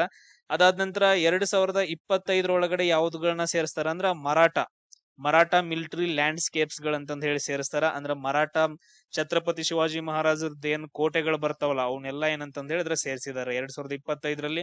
ನೆಕ್ಸ್ಟ್ 2026ರಲ್ಲಿ ಯಾವ್ದನ್ನ ಸೇರಿಸಿದಾರ ಅಂತಂದ ಹೇಳಿದ್ರೆ ಉತ್ತರ ಪ್ರದೇಶದ ಆನ್ಸಿಯಂಟ್ ಬುದ್ಧಿಸ್ಟ್ ಸೈಟ್ ಆದಂತಹ ಸಾರನಾಥ್. ಸೊ ಅವುಗಳನ್ನ ಸೇರಿಸಿದಾರ. ಸೊ ಇದು ಉತ್ತರ ಪ್ರದೇಶದ ಒಳಗಡೆ ಬರುತ್ತ. ಮಧ್ಯಪ್ರದೇಶ ಅಲ್ಲಿ ಇದು ಸ್ತೂಪಗಳು ಬರ್ತಾವಲ್ಲ ಅವುಗಳನ್ನ ಸೇರಿಸ್ತಾರ. Pillar of Ashoka, Buddhist stupas, ಧಮೇಕ ಸ್ತೂಪ ಅಂತಂದ ಹೇಳಿ ಬರುತ್ತೆ. ಯಾವ್ದಂತಂದ ಹೇಳಿದ್ರೆ ಧಮೇಕ ಸ್ತೂಪ, ಅದನ್ನ ಸೇರಿಸ್ತಾರ, ಧಮೇಕ ಸ್ತೂಪ. ಆಮೇಲೆ ಇನ್ನೊಂದು ಚೌಕಂಡಿ ಸ್ತೂಪ ಅಂತಂದ ಹೇಳಿ ಬರುತ್ತೆ. ಇನ್ನೊಂದು ಯಾವ್ದಂತಂದ್ರೆ ಚೌಕಂಡಿ ಸ್ತೂಪ. ಇವುಗಳನ್ನ ಯಾವಾಗ ಸೇರ್ತಾರ ಅಂತಂದ್ರೆ 2026ರಲ್ಲಿ ಸೇರಿಸಿದಾರ. ಅಡಚಣೆಗಾಗಿ ಕ್ಷಮಿಸಿ, ಯಾಕಂತಂದ ಹೇಳಿದ್ರೆ ಕರೆಂಟ್ ಹೋಗಿತ್ತ ದ್ರೌನ, ಅದು ಎಲ್ಲಿಗೆ ಸ್ಟಾಪ್ ಆಗೈತೆ ಅನ್ನೋದು ಗೊತ್ತಾಗಿಲ್ಲ ರೆಕಾರ್ಡಿಂಗ್. ಎಸ್, ಇದು ಕಂಟಿನ್ಯೂಷನ್ ಮಾಡ್ತೀನಿ ನೋಡ್ರಿ. ಯುನೆಸ್ಕೋ ಅಂತಂದ ಹೇಳಿ ವಿಶ್ವಸಂಸ್ಥೆಯ ಶೈಕ್ಷಣಿಕ ಮತ್ತು ವೈಜ್ಞಾನಿಕ ಸಾಂಸ್ಕೃತಿಕ ಸಂಸ್ಥೆ ಅಂತಂದ ಹೇಳ್ತೀವಿ. ಇದ್ರ ಹೆಡ್ ಕ್ವಾರ್ಟರ್ಸ್ ಪ್ಯಾರಿಸ್ ಒಳಗಡೆ ಬರುತ್ತಾ, ಫ್ರಾನ್ಸ್ ದೇಶದ್ದು. ಇದು ಯಾವಾಗ ಸ್ಥಾಪನೆ ಆಗತ್ತ? 1945ರಲ್ಲಿ ಸ್ಥಾಪನೆ ಆಗತ್ತ. ಅದಾದ ನಂತರ 194 ದೇಶಗಳು ಏನ್ ಬರ್ತಾವಲ್ಲ ವಿಶ್ವಸಂಸ್ಥೆ, ಅದೆಲ್ಲಾನು ಇದ್ರೊಳಗಡೆ ಬರ್ತಾವ. ಅದಾದ ನಂತರ ಇದ್ರದ್ ಮೇನ್ ಉದ್ದೇಶ ಏನಂದ್ರೆ ಶಿಕ್ಷಣವನ್ನ ಒದಗಿಸೋದು, ವಿಜ್ಞಾನ, ಸಾಂಸ್ಕೃತಿಕ ಮತ್ತು ಪಾರಂಪರಿಕ ತಾಣಗಳನ್ನ ಏನ್ ಮಾಡೋದು ಅಂತಂದ ಹೇಳಿದ್ರೆ ಇದು ಮಾಡೋದು, ಸಂರಕ್ಷಣೆ ಮಾಡುವಂತದ್ದು. ನೆಕ್ಸ್ಟ್ ನೋಡ್ರಿ, ಇಂಟರ್ನ್ಯಾಷನಲ್ ಲೇಬರ್ ಆರ್ಗನೈಸೇಷನ್ ಅಂತಂದೇಳಿ ಅಂತಾರಾಷ್ಟ್ರೀಯ ಕಾರ್ಮಿಕರ ಸಂಸ್ಥೆ ಅಂತಂದ ಹೇಳ್ತೀವಿ. ಇದ್ರ ಹೆಡ್ ಕ್ವಾರ್ಟರ್ಸ್ ಎಲ್ಲಿ ಬರುತ್ತಂದ್ರ ಜಿನೇವಾದೊಳಗಡೆ ಬರುತ್ತೆ, ಸ್ವಿಟ್ಜರ್ಲ್ಯಾಂಡ್ ಒಳಗಡೆ. ಇದನ್ನ 1919 ಸ್ಥಾಪನೆ ಮಾಡ್ತಾರ. ನೋಡ್ರಿ, ಇಂಟರ್ನ್ಯಾಷನಲ್ ಲೇಬರ್ ಆರ್ಗನೈಸೇಷನ್ ಯಾವಾಗ ಸ್ಥಾಪನೆ ಮಾಡ್ತಾರ? 1919. ಇಲ್ಲಿ ವರ್ಸೈಲ್ಸ್ ಒಪ್ಪಂದದ ಮೂಲಕ ಇದನ್ನ ಸ್ಥಾಪನೆ ಮಾಡ್ತಾರ ಅಂತಂದೇಳಿ, ವರ್ಸೈಲ್ಸ್ ಒಪ್ಪಂದದ ಮುಖಾಂತರ. ಏನಾಗತ್ತಂದ್ರ 1914ರಿಂದ 1918 ಟೈಮ್ ಒಳಗಡೆ, 1914ರಿಂದ 18 ಟೈಮ್ ಒಳಗಡೆ ಫಸ್ಟ್ ವರ್ಲ್ಡ್ ವಾರ್ ನಡೆಯುತ್ತೆ. ಸೊ ಫಸ್ಟ್ ವರ್ಲ್ಡ್ ವಾರ್ದು ಒಂದು ಒಪ್ಪಂದ ಏನಂದ್ರೆ ವರ್ಸೈಲ್ಸ್ ಒಪ್ಪಂದ ಅಂತಂದ ಹೇಳ್ತೀವಿ. ಸೊ ಇದ್ರ ಪ್ರಕಾರ ರಾಷ್ಟ್ರೀಯ ಸಂಘವನ್ನ ಕಟ್ತಾರ. ಸೊ ರಾಷ್ಟ್ರೀಯ ಸಂಘವನ್ನ ಕಟ್ತಾರ, ಅದು ಒಂದ್ ಕಡೆ ಆದ್ರೆ ನೆಕ್ಸ್ಟ್ ಇದ್ರ ಮುಖಾಂತರ ಇಂಟರ್ನ್ಯಾಷನಲ್ ಲೇಬರ್ ಆರ್ಗನೈಸೇಷನ್ ಕೂಡ ಏನಾಗತ್ತ? ಸ್ಥಾಪನೆ ಆಗತ್ತ. ಸೊ ಇದರಲ್ಲೂ ಕೂಡ ನಮ್ಮ ಭಾರತ ದೇಶ ಐತೆ. ಅದಾದ ನಂತರ ಇದ್ರದ್ದು ಕರ್ತವ್ಯ ಏನಂದ್ರೆ ಕಾರ್ಮಿಕ ಹಕ್ಕುಗಳನ್ನ ರಕ್ಷಣೆ ಮಾಡೋದು, ಆಮೇಲೆ ನ್ಯಾಯಯುತ ಉದ್ಯೋಗ ಅವಕಾಶಗಳನ್ನ ಸೃಷ್ಟಿಸೋದು, ಜಾಗತಿಕ ಶ್ರಮಿಕ ಮಾನದಂಡಗಳನ್ನ ರೂಪಿಸುವಂತ ಕಾರ್ಯಕ್ರಮ. ಅಂದ್ರೆ ಇವು ಕಾರ್ಮಿಕರದ್ದು ಹಿತರಕ್ಷಣೆಗೋಸ್ಕರ ಸ್ಥಾಪನೆ ಆದಂತಹ ಒಂದು ಸಂಸ್ಥೆ ILO ಅಂತಂದ ಹೇಳ್ತೀವಿ. ಅದಾದ ನಂತರ ಬರೋದು FAO ಅಂತಂದ ಹೇಳಿ, ಫುಡ್ ಅಂಡ್ ಅಗ್ರಿಕಲ್ಚರಲ್ ಆರ್ಗನೈಸೇಷನ್, ಆಹಾರ ಮತ್ತು ಕೃಷಿ ಸಂಸ್ಥೆ ಅಂತಂದ ಹೇಳ್ತೀವಿ. ಇದು ತುಂಬಾ ಇಂಪಾರ್ಟೆಂಟ್ KE ಗೋಸ್ಕರ. ಇದ್ರದ್ದು ಹೆಡ್ ಕ್ವಾರ್ಟರ್ಸ್ ಎಲ್ಲಿ ಬರುತ್ತಾ? ರೋಮ್ ಒಳಗಡೆ ಬರುತ್ತಾ, ಇಟಲಿ ದೇಶ. 1945ರಲ್ಲಿ ಇದನ್ನ ಸ್ಥಾಪನೆ ಮಾಡ್ತಾರೆ. ಇಲ್ಲಿ ಕೆಬೆಕ್ ಒಳಗಡೆ, ಕೆನಡಾದೊಳಗಡೆ ಒಂದು ಸಭೆ ನಡೆಯುತ್ತೆ, ಅದರಲ್ಲಿ ಕೆಬೆಕ್ ಅಂತಂದೇಳಿ ಅಲ್ಲಿ ಸ್ಥಾಪನೆ ಮಾಡ್ತಾರ. ಸೊ ಇದ್ರಲ್ಲೂ ಕೂಡ ಏನಂದ್ರೆ ನಮ್ಮ ಭಾರತ ದೇಶ ಸ್ಥಾಪನೆ ಆದಾಗಿಂದ ಇದ್ರದ್ದು ಸದಸ್ಯ ರಾಷ್ಟ್ರವಾಗೈತೆ FAOದು. ಇವ್ರ ಉದ್ದೇಶ ಜಾಗತಿಕ ಹಸಿವನ್ನ ಅಂದ್ರೆ ಕಡಿಮೆ ಮಾಡೋದು, ನಿರ್ಮೂಲನೆ ಮಾಡೋದು. ಜಾಗತಿಕ ಹಸಿವನ್ನ ನಿರ್ಮೂಲನೆ ಮಾಡುವಂತಹ ಒಂದು ಉದ್ದೇಶವನ್ನ ಹೊಂದಿರೋದು ಯಾವ್ದಂದ್ರ FAO ಅಂತಂದ ಹೇಳ್ತೀವಿ. ಅದು ಇಂಪಾರ್ಟೆಂಟ್ ಪಾಯಿಂಟ್. ಅದಾದ ನಂತರ ನೆಕ್ಸ್ಟ್ ನೋಡ್ರಿ, ICAO ಅಂತಂದ ಹೇಳ್ತೀವಿ. ಹಿಂಗಂದ್ರ ಇಂಟರ್ನ್ಯಾಷನಲ್ ಸಿವಿಲ್ ಏವಿಯೇಷನ್ ಆರ್ಗನೈಸೇಷನ್ ಅಂತಂದ ಹೇಳಿ, ಸಿವಿಲ್ ಏವಿಯೇಷನ್ ಆರ್ಗನೈಸೇಷನ್ ಅಂತಂದ ಹೇಳಿ ಬರುತ್ತ. ಆರ್ಗನೈಸೇಷನ್ ಅಂದ್ರೆ ವಿಮಾನಯಾನ ಸಂಸ್ಥೆ ಇಂಟರ್ನ್ಯಾಷನಲ್ದು, ಅದನ್ನ ICAO ಅಂತ ಕರಿತೀವಿ. ಇದ್ರ ಹೆಡ್ ಕ್ವಾರ್ಟರ್ಸ್ ಎಲ್ಲಿ ಬರುತ್ತಂದ್ರ ಮಾಂಟ್ರಿಯಾಲ್ ಒಳಗಡೆ ಬರುತ್ತೆ. ನೋಡ್ರಿ, ಇದು ಯಾವಾಗ ಸ್ಥಾಪನೆ ಆಗತ್ತಂದ್ರ 1947ರಲ್ಲಿ ಸ್ಥಾಪನೆ ಆಗತ್ತ. ಇದರಲ್ಲಿ ಭಾರತ ಕೂಡ ಸದಸ್ಯ ರಾಷ್ಟ್ರವಾಗೈತೆ. ಇದ್ರ ಉದ್ದೇಶ ಜಾಗತಿಕ ನಾಗರಿಕ ವಿಮಾನಯಾನ ಭದ್ರತೆ, ಅಂದ್ರೆ ವಿಮಾನಯಾನಕ್ಕೆ ಭದ್ರತೆಯನ್ನ ಕೊಡೋದು, ಆಮೇಲೆ ಸುರಕ್ಷಿತ ಸಂಚಾರ ಮಾನದಂಡಗಳನ್ನ ನಿರ್ಮಾಣ ಮಾಡೋದು. ಮೇನ್ ಯಾವ್ದಂದ್ರ ಆರ್ಗನೈಸೇಷನ್ ICAO ಅಂತಂದ ಹೇಳ್ತೀವಿ. ಇದಾದ್ಮೇಲೆ ಬರೋದು ITU. ITU ಅಂತಂದ ಹೇಳಿದ್ರ international telecommunication, international telecommunication union ಅಂತಂದ ಹೇಳ್ತೀವಿ. ಟೆಲಿಕಮ್ಯುನಿಕೇಶನ್ ಯೂನಿಯನ್, ದೂರ ಸಂಪರ್ಕದ ಬಗ್ಗೆ ಬರುತ್ತ. ಇದ ಯಾವಾಗ ಸ್ಥಾಪನೆ ಆಗತ್ತಂದ್ರ 1865ರಲ್ಲಿ ಸ್ಥಾಪನೆ ಆಗತ್ತೆ. ಯಾವಾಗ ಸ್ಥಾಪನೆ ಆಗತ್ತ? 1865 ಮೇ 17ನೇ ತಾರೀಕು ಸ್ಥಾಪನೆ ಆದಂತಹ ಒಂದು ಆರ್ಗನೈಸೇಷನ್ ITU ಅಂತಂದ ಹೇಳ್ತೀವಿ. ಇದು ತುಂಬಾ ಹಳೇದು, ತುಂಬಾ ಅಂದ್ರೆ ತುಂಬಾ ಹಳೇದು. ಇದ್ರದ್ದು ಹೆಡ್ ಕ್ವಾರ್ಟರ್ಸ್ ಅಲ್ಲಿ ಜಿನೇವಾದೊಳಗಡೆ ಬರುತ್ತೆ, ಸ್ವಿಟ್ಜರ್ಲ್ಯಾಂಡ್ ಅಲ್ಲಿ. ನಮ್ ಭಾರತ ದೇಶ ಯಾವಾಗ ಸೇರೈತೆ? 1869ರಿಂದ ಸೇರೈತೆ ನಮ್ಮ ಭಾರತ ದೇಶ. ಇದು ಜಾಗತಿಕ ಉಪಗ್ರಹಗಳನ್ನ, ರೇಡಿಯೋ, ದೂರ ಸಂಪರ್ಕ ನೆಟ್ವರ್ಕ್ ಗಳನ್ನ ನಿಯಂತ್ರಣ ಮಾಡುವಂತಹ ಸಂಸ್ಥೆ ಅಂತಂದ ಹೇಳ್ತೀವಿ. ಅದೇ ರೀತಿಯಾಗಿ ನೆಕ್ಸ್ಟ್ ಬರುತ್ತೆ WMO ಅಂತಂದ ಹೇಳಿ. ಇದನ್ನ ನಾವು ವರ್ಲ್ಡ್ ಮೀಟಿಯೋಲಾಜಿಕಲ್ ಅಂತಂದ ಹೇಳ್ತೀವಿ.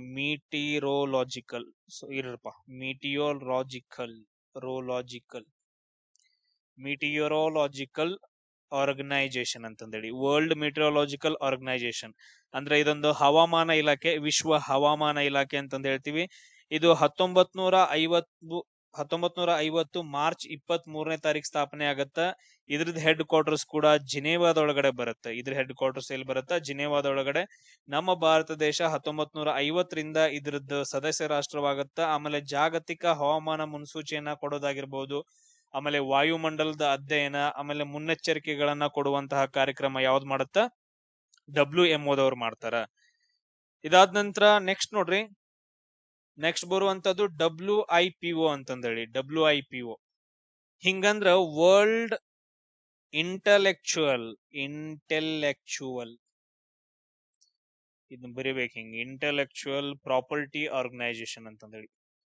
ಪ್ರಾಪರ್ಟಿ ಆರ್ಗನೈಸೇಷನ್ ಅಂದ್ರೆ ಆಸ್ತಿ ಬಗ್ಗೆ ಬರುವಂತದ್ದು. ಇದು ಬೌದ್ಧಿಕ ಆಸ್ತಿ, ವರ್ಲ್ಡ್ ಇಂಟೆಲೆಕ್ಚುಯಲ್ ಪ್ರಾಪರ್ಟಿ ಆರ್ಗನೈಸೇಷನ್ ಅಂತಂದೇಳಿ. ಇದ್ರ ಹೆಡ್ ಕ್ವಾರ್ಟರ್ಸ್ ಜಿನೇವಾದೊಳಗಡೆ ಬರುತ್ತಾ, ಸ್ವಿಟ್ಜರ್ಲ್ಯಾಂಡ್. ಇದ್ರ ಸ್ಥಾಪನೆ ಯಾವಾಗ ಆಗತ್ತಂದ್ರ 1967ರಲ್ಲಿ ಸ್ಥಾಪನೆ ಆಗತ್ತ, ಜುಲೈ 14ನೇ ತಾರೀಕು. ಜುಲೈ 14, 1967ರಲ್ಲಿ. ಅಂದ್ರೆ ಇದೇ ಮಂತ್ ಸ್ಥಾಪನೆ ಆಗೈತೆ. ಮೇ ಬಿ ಕೇಳೋ ಚಾನ್ಸಸ್ ಇರುತ್ತೆ WIPO ಬಗ್ಗೆ. 193 ಸದಸ್ಯ ದೇಶಗಳಿದಾವ. ನಮ್ಮ ಭಾರತ ದೇಶ ಕೂಡ 1975ರಿಂದ ಇದ್ರದ್ದು ಮೆಂಬರ್ ಆಗೈತೆ. ಈಗ ನೋಡ್ರಿ, ಇದು 194 ದೇಶಗಳು ರೀಸೆಂಟ್ ಆಗಿ ಏನಂದ್ರೆ ಸೇರೈತೆ ಒಂದು ಹೊಸದಾಗಿ 194 ದೇಶಗಳಂತಂದು ಹೇಳ್ತೀವಿ. ನೆಕ್ಸ್ಟ್ ಇದು ಪೇಟೆಂಟ್, ಕಾಪಿ ರೈಟ್, ಆಮೇಲೆ ಟ್ರೇಡ್ ಮಾರ್ಕ್ ನಂತಹ ಬೌದ್ಧಿಕ ಆಸ್ತಿಗಳನ್ನ ರಕ್ಷಣೆ ಮಾಡುವಂತ ಕಾರ್ಯವನ್ನ WIPOದವ್ರು ಮಾಡ್ತಾರೆ. ನೆಕ್ಸ್ಟ್ ಬರುತ್ತಾ IMO ಅಂತಂದ ಹೇಳಿ. IMO ಅಂತಂದ ಹೇಳಿದ್ರೆ ಇಂಟರ್ನ್ಯಾಷನಲ್ ಮ್ಯಾರಿಟೈಮ್ ಆರ್ಗನೈಸೇಷನ್ ಅಂತಂದೇಳಿ. ಅಂದ್ರ ನೌಕಾಯಾನ, ವಿಶ್ವ ನೌಕಾಯಾನ ಸಂಸ್ಥೆ ಅಂತಂದೇಳಿ.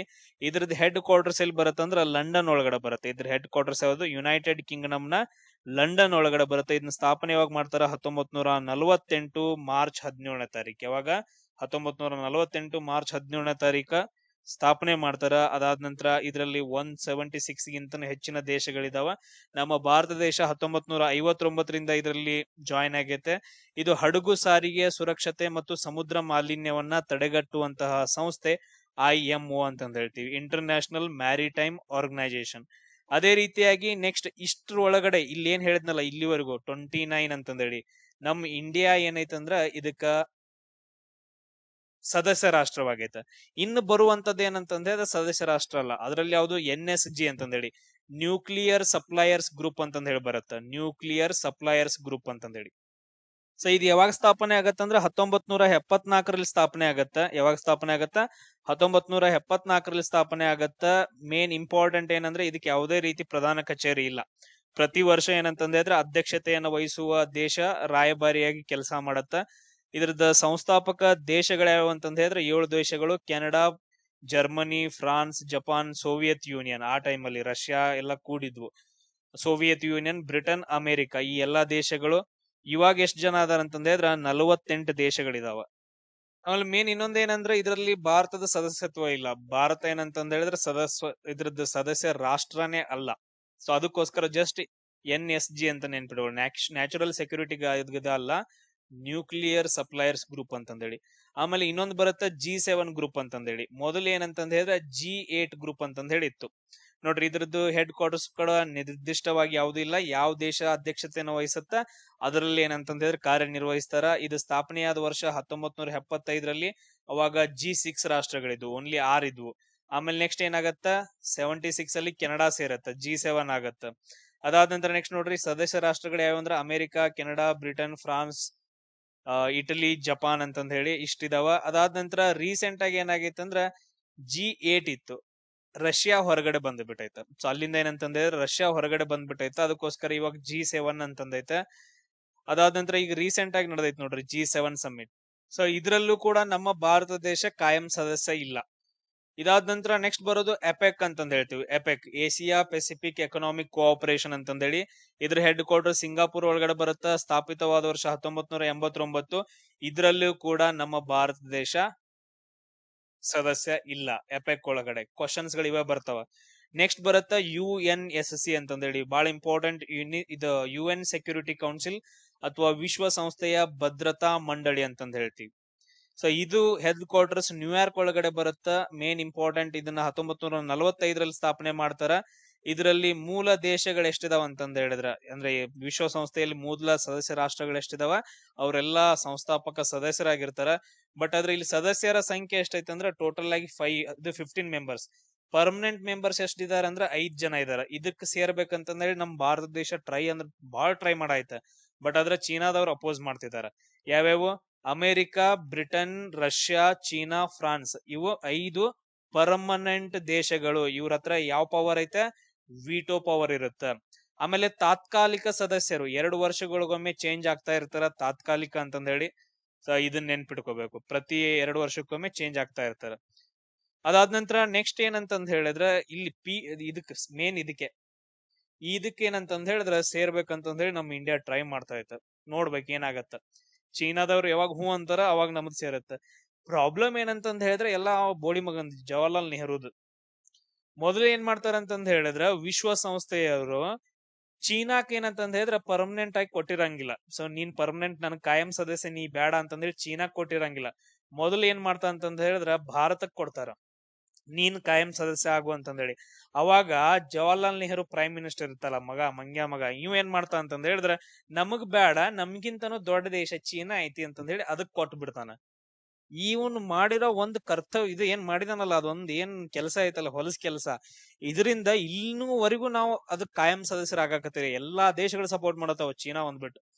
ಚೀನಾ ಅದಾದ ನಂತರ ಟರ್ಕಿ, ಇವೆಲ್ಲ ಮ್ಯಾಟರ್ ಆಗಂಗಿಲ್ಲ. ಮೇನ್ ಚೀನಾ ಸಪೋರ್ಟ್ ಮಾಡ್ತಂತಂದ್ ಹೇಳಿದ್ರೆ ನಾವ್ ಎಂಟರ್ ಆಗ್ತೇವೆ ಕಾಯಂ ಸದಸ್ಯ. ನಾವ್ ಎಂಟರ್ ಆದ್ವಿ ಅಂತಂದ್ ಹೇಳಿದ್ರೆ ಅಲ್ಲಿ ಹಬ್ಬನ ಬೇರೆ, ಒಂಥರ ಡಾನ್ಗಳಿದ್ದಂಗ ನಾವು. ಸೊ ಇದೇನಂತಂದ್ ಹೇಳಿದ್ರೆ ಸಮ್ ಇಂಪಾರ್ಟೆಂಟ್ ಆರ್ಗನೈಸೇಷನ್ಸ್ ಗಳ ಬಗ್ಗೆ ನಮ್ ಇಂಡಿಯಾ ಪಾರ್ಟ್ ಐತೋ ಇಲ್ಲೋ, ಆಮೇಲೆ ಯಾವ ವರ್ಷ ಸ್ಥಾಪನೆ ಆಯ್ತು, ಅಂದ್ರೆ ಯಾವ ಉದ್ದೇಶಕ್ಕೋಸ್ಕರ ಸ್ಥಾಪನೆ ಆಯ್ತು ಅನ್ನೋದನ್ನ ನಮ್ಗ KEA ಬೋರ್ಡ್ ಅಲ್ಲಿ ಕ್ವಶನ್ಸ್ ಗಳನ್ನ ಕೇಳ್ತಾರ. ಒಂದು ನೋಟ್ಸ್ ಅನ್ನ ಮಾಡ್ಕೊಡ್ರಿ. ನೆಕ್ಸ್ಟ್ ಏನ್ ಮಾಡೋಣ ಅಂತಂದ್ ಹೇಳಿದ್ರ ಎಲಿಮಿನೇಷನ್ ಮೆಥಡ್ ಮಾಡ್ತಾ ಮತ್ತೊಂದು ವಿಡಿಯೋನ ಅಪ್ಲೋಡ್ ಮಾಡ್ತೀನಿ. ನೆಕ್ಸ್ಟ್ ಕ್ಲಾಸ್ ಅಲ್ಲಿ ಸಿಗೋಣ. ಜೈ ಹಿಂದ್.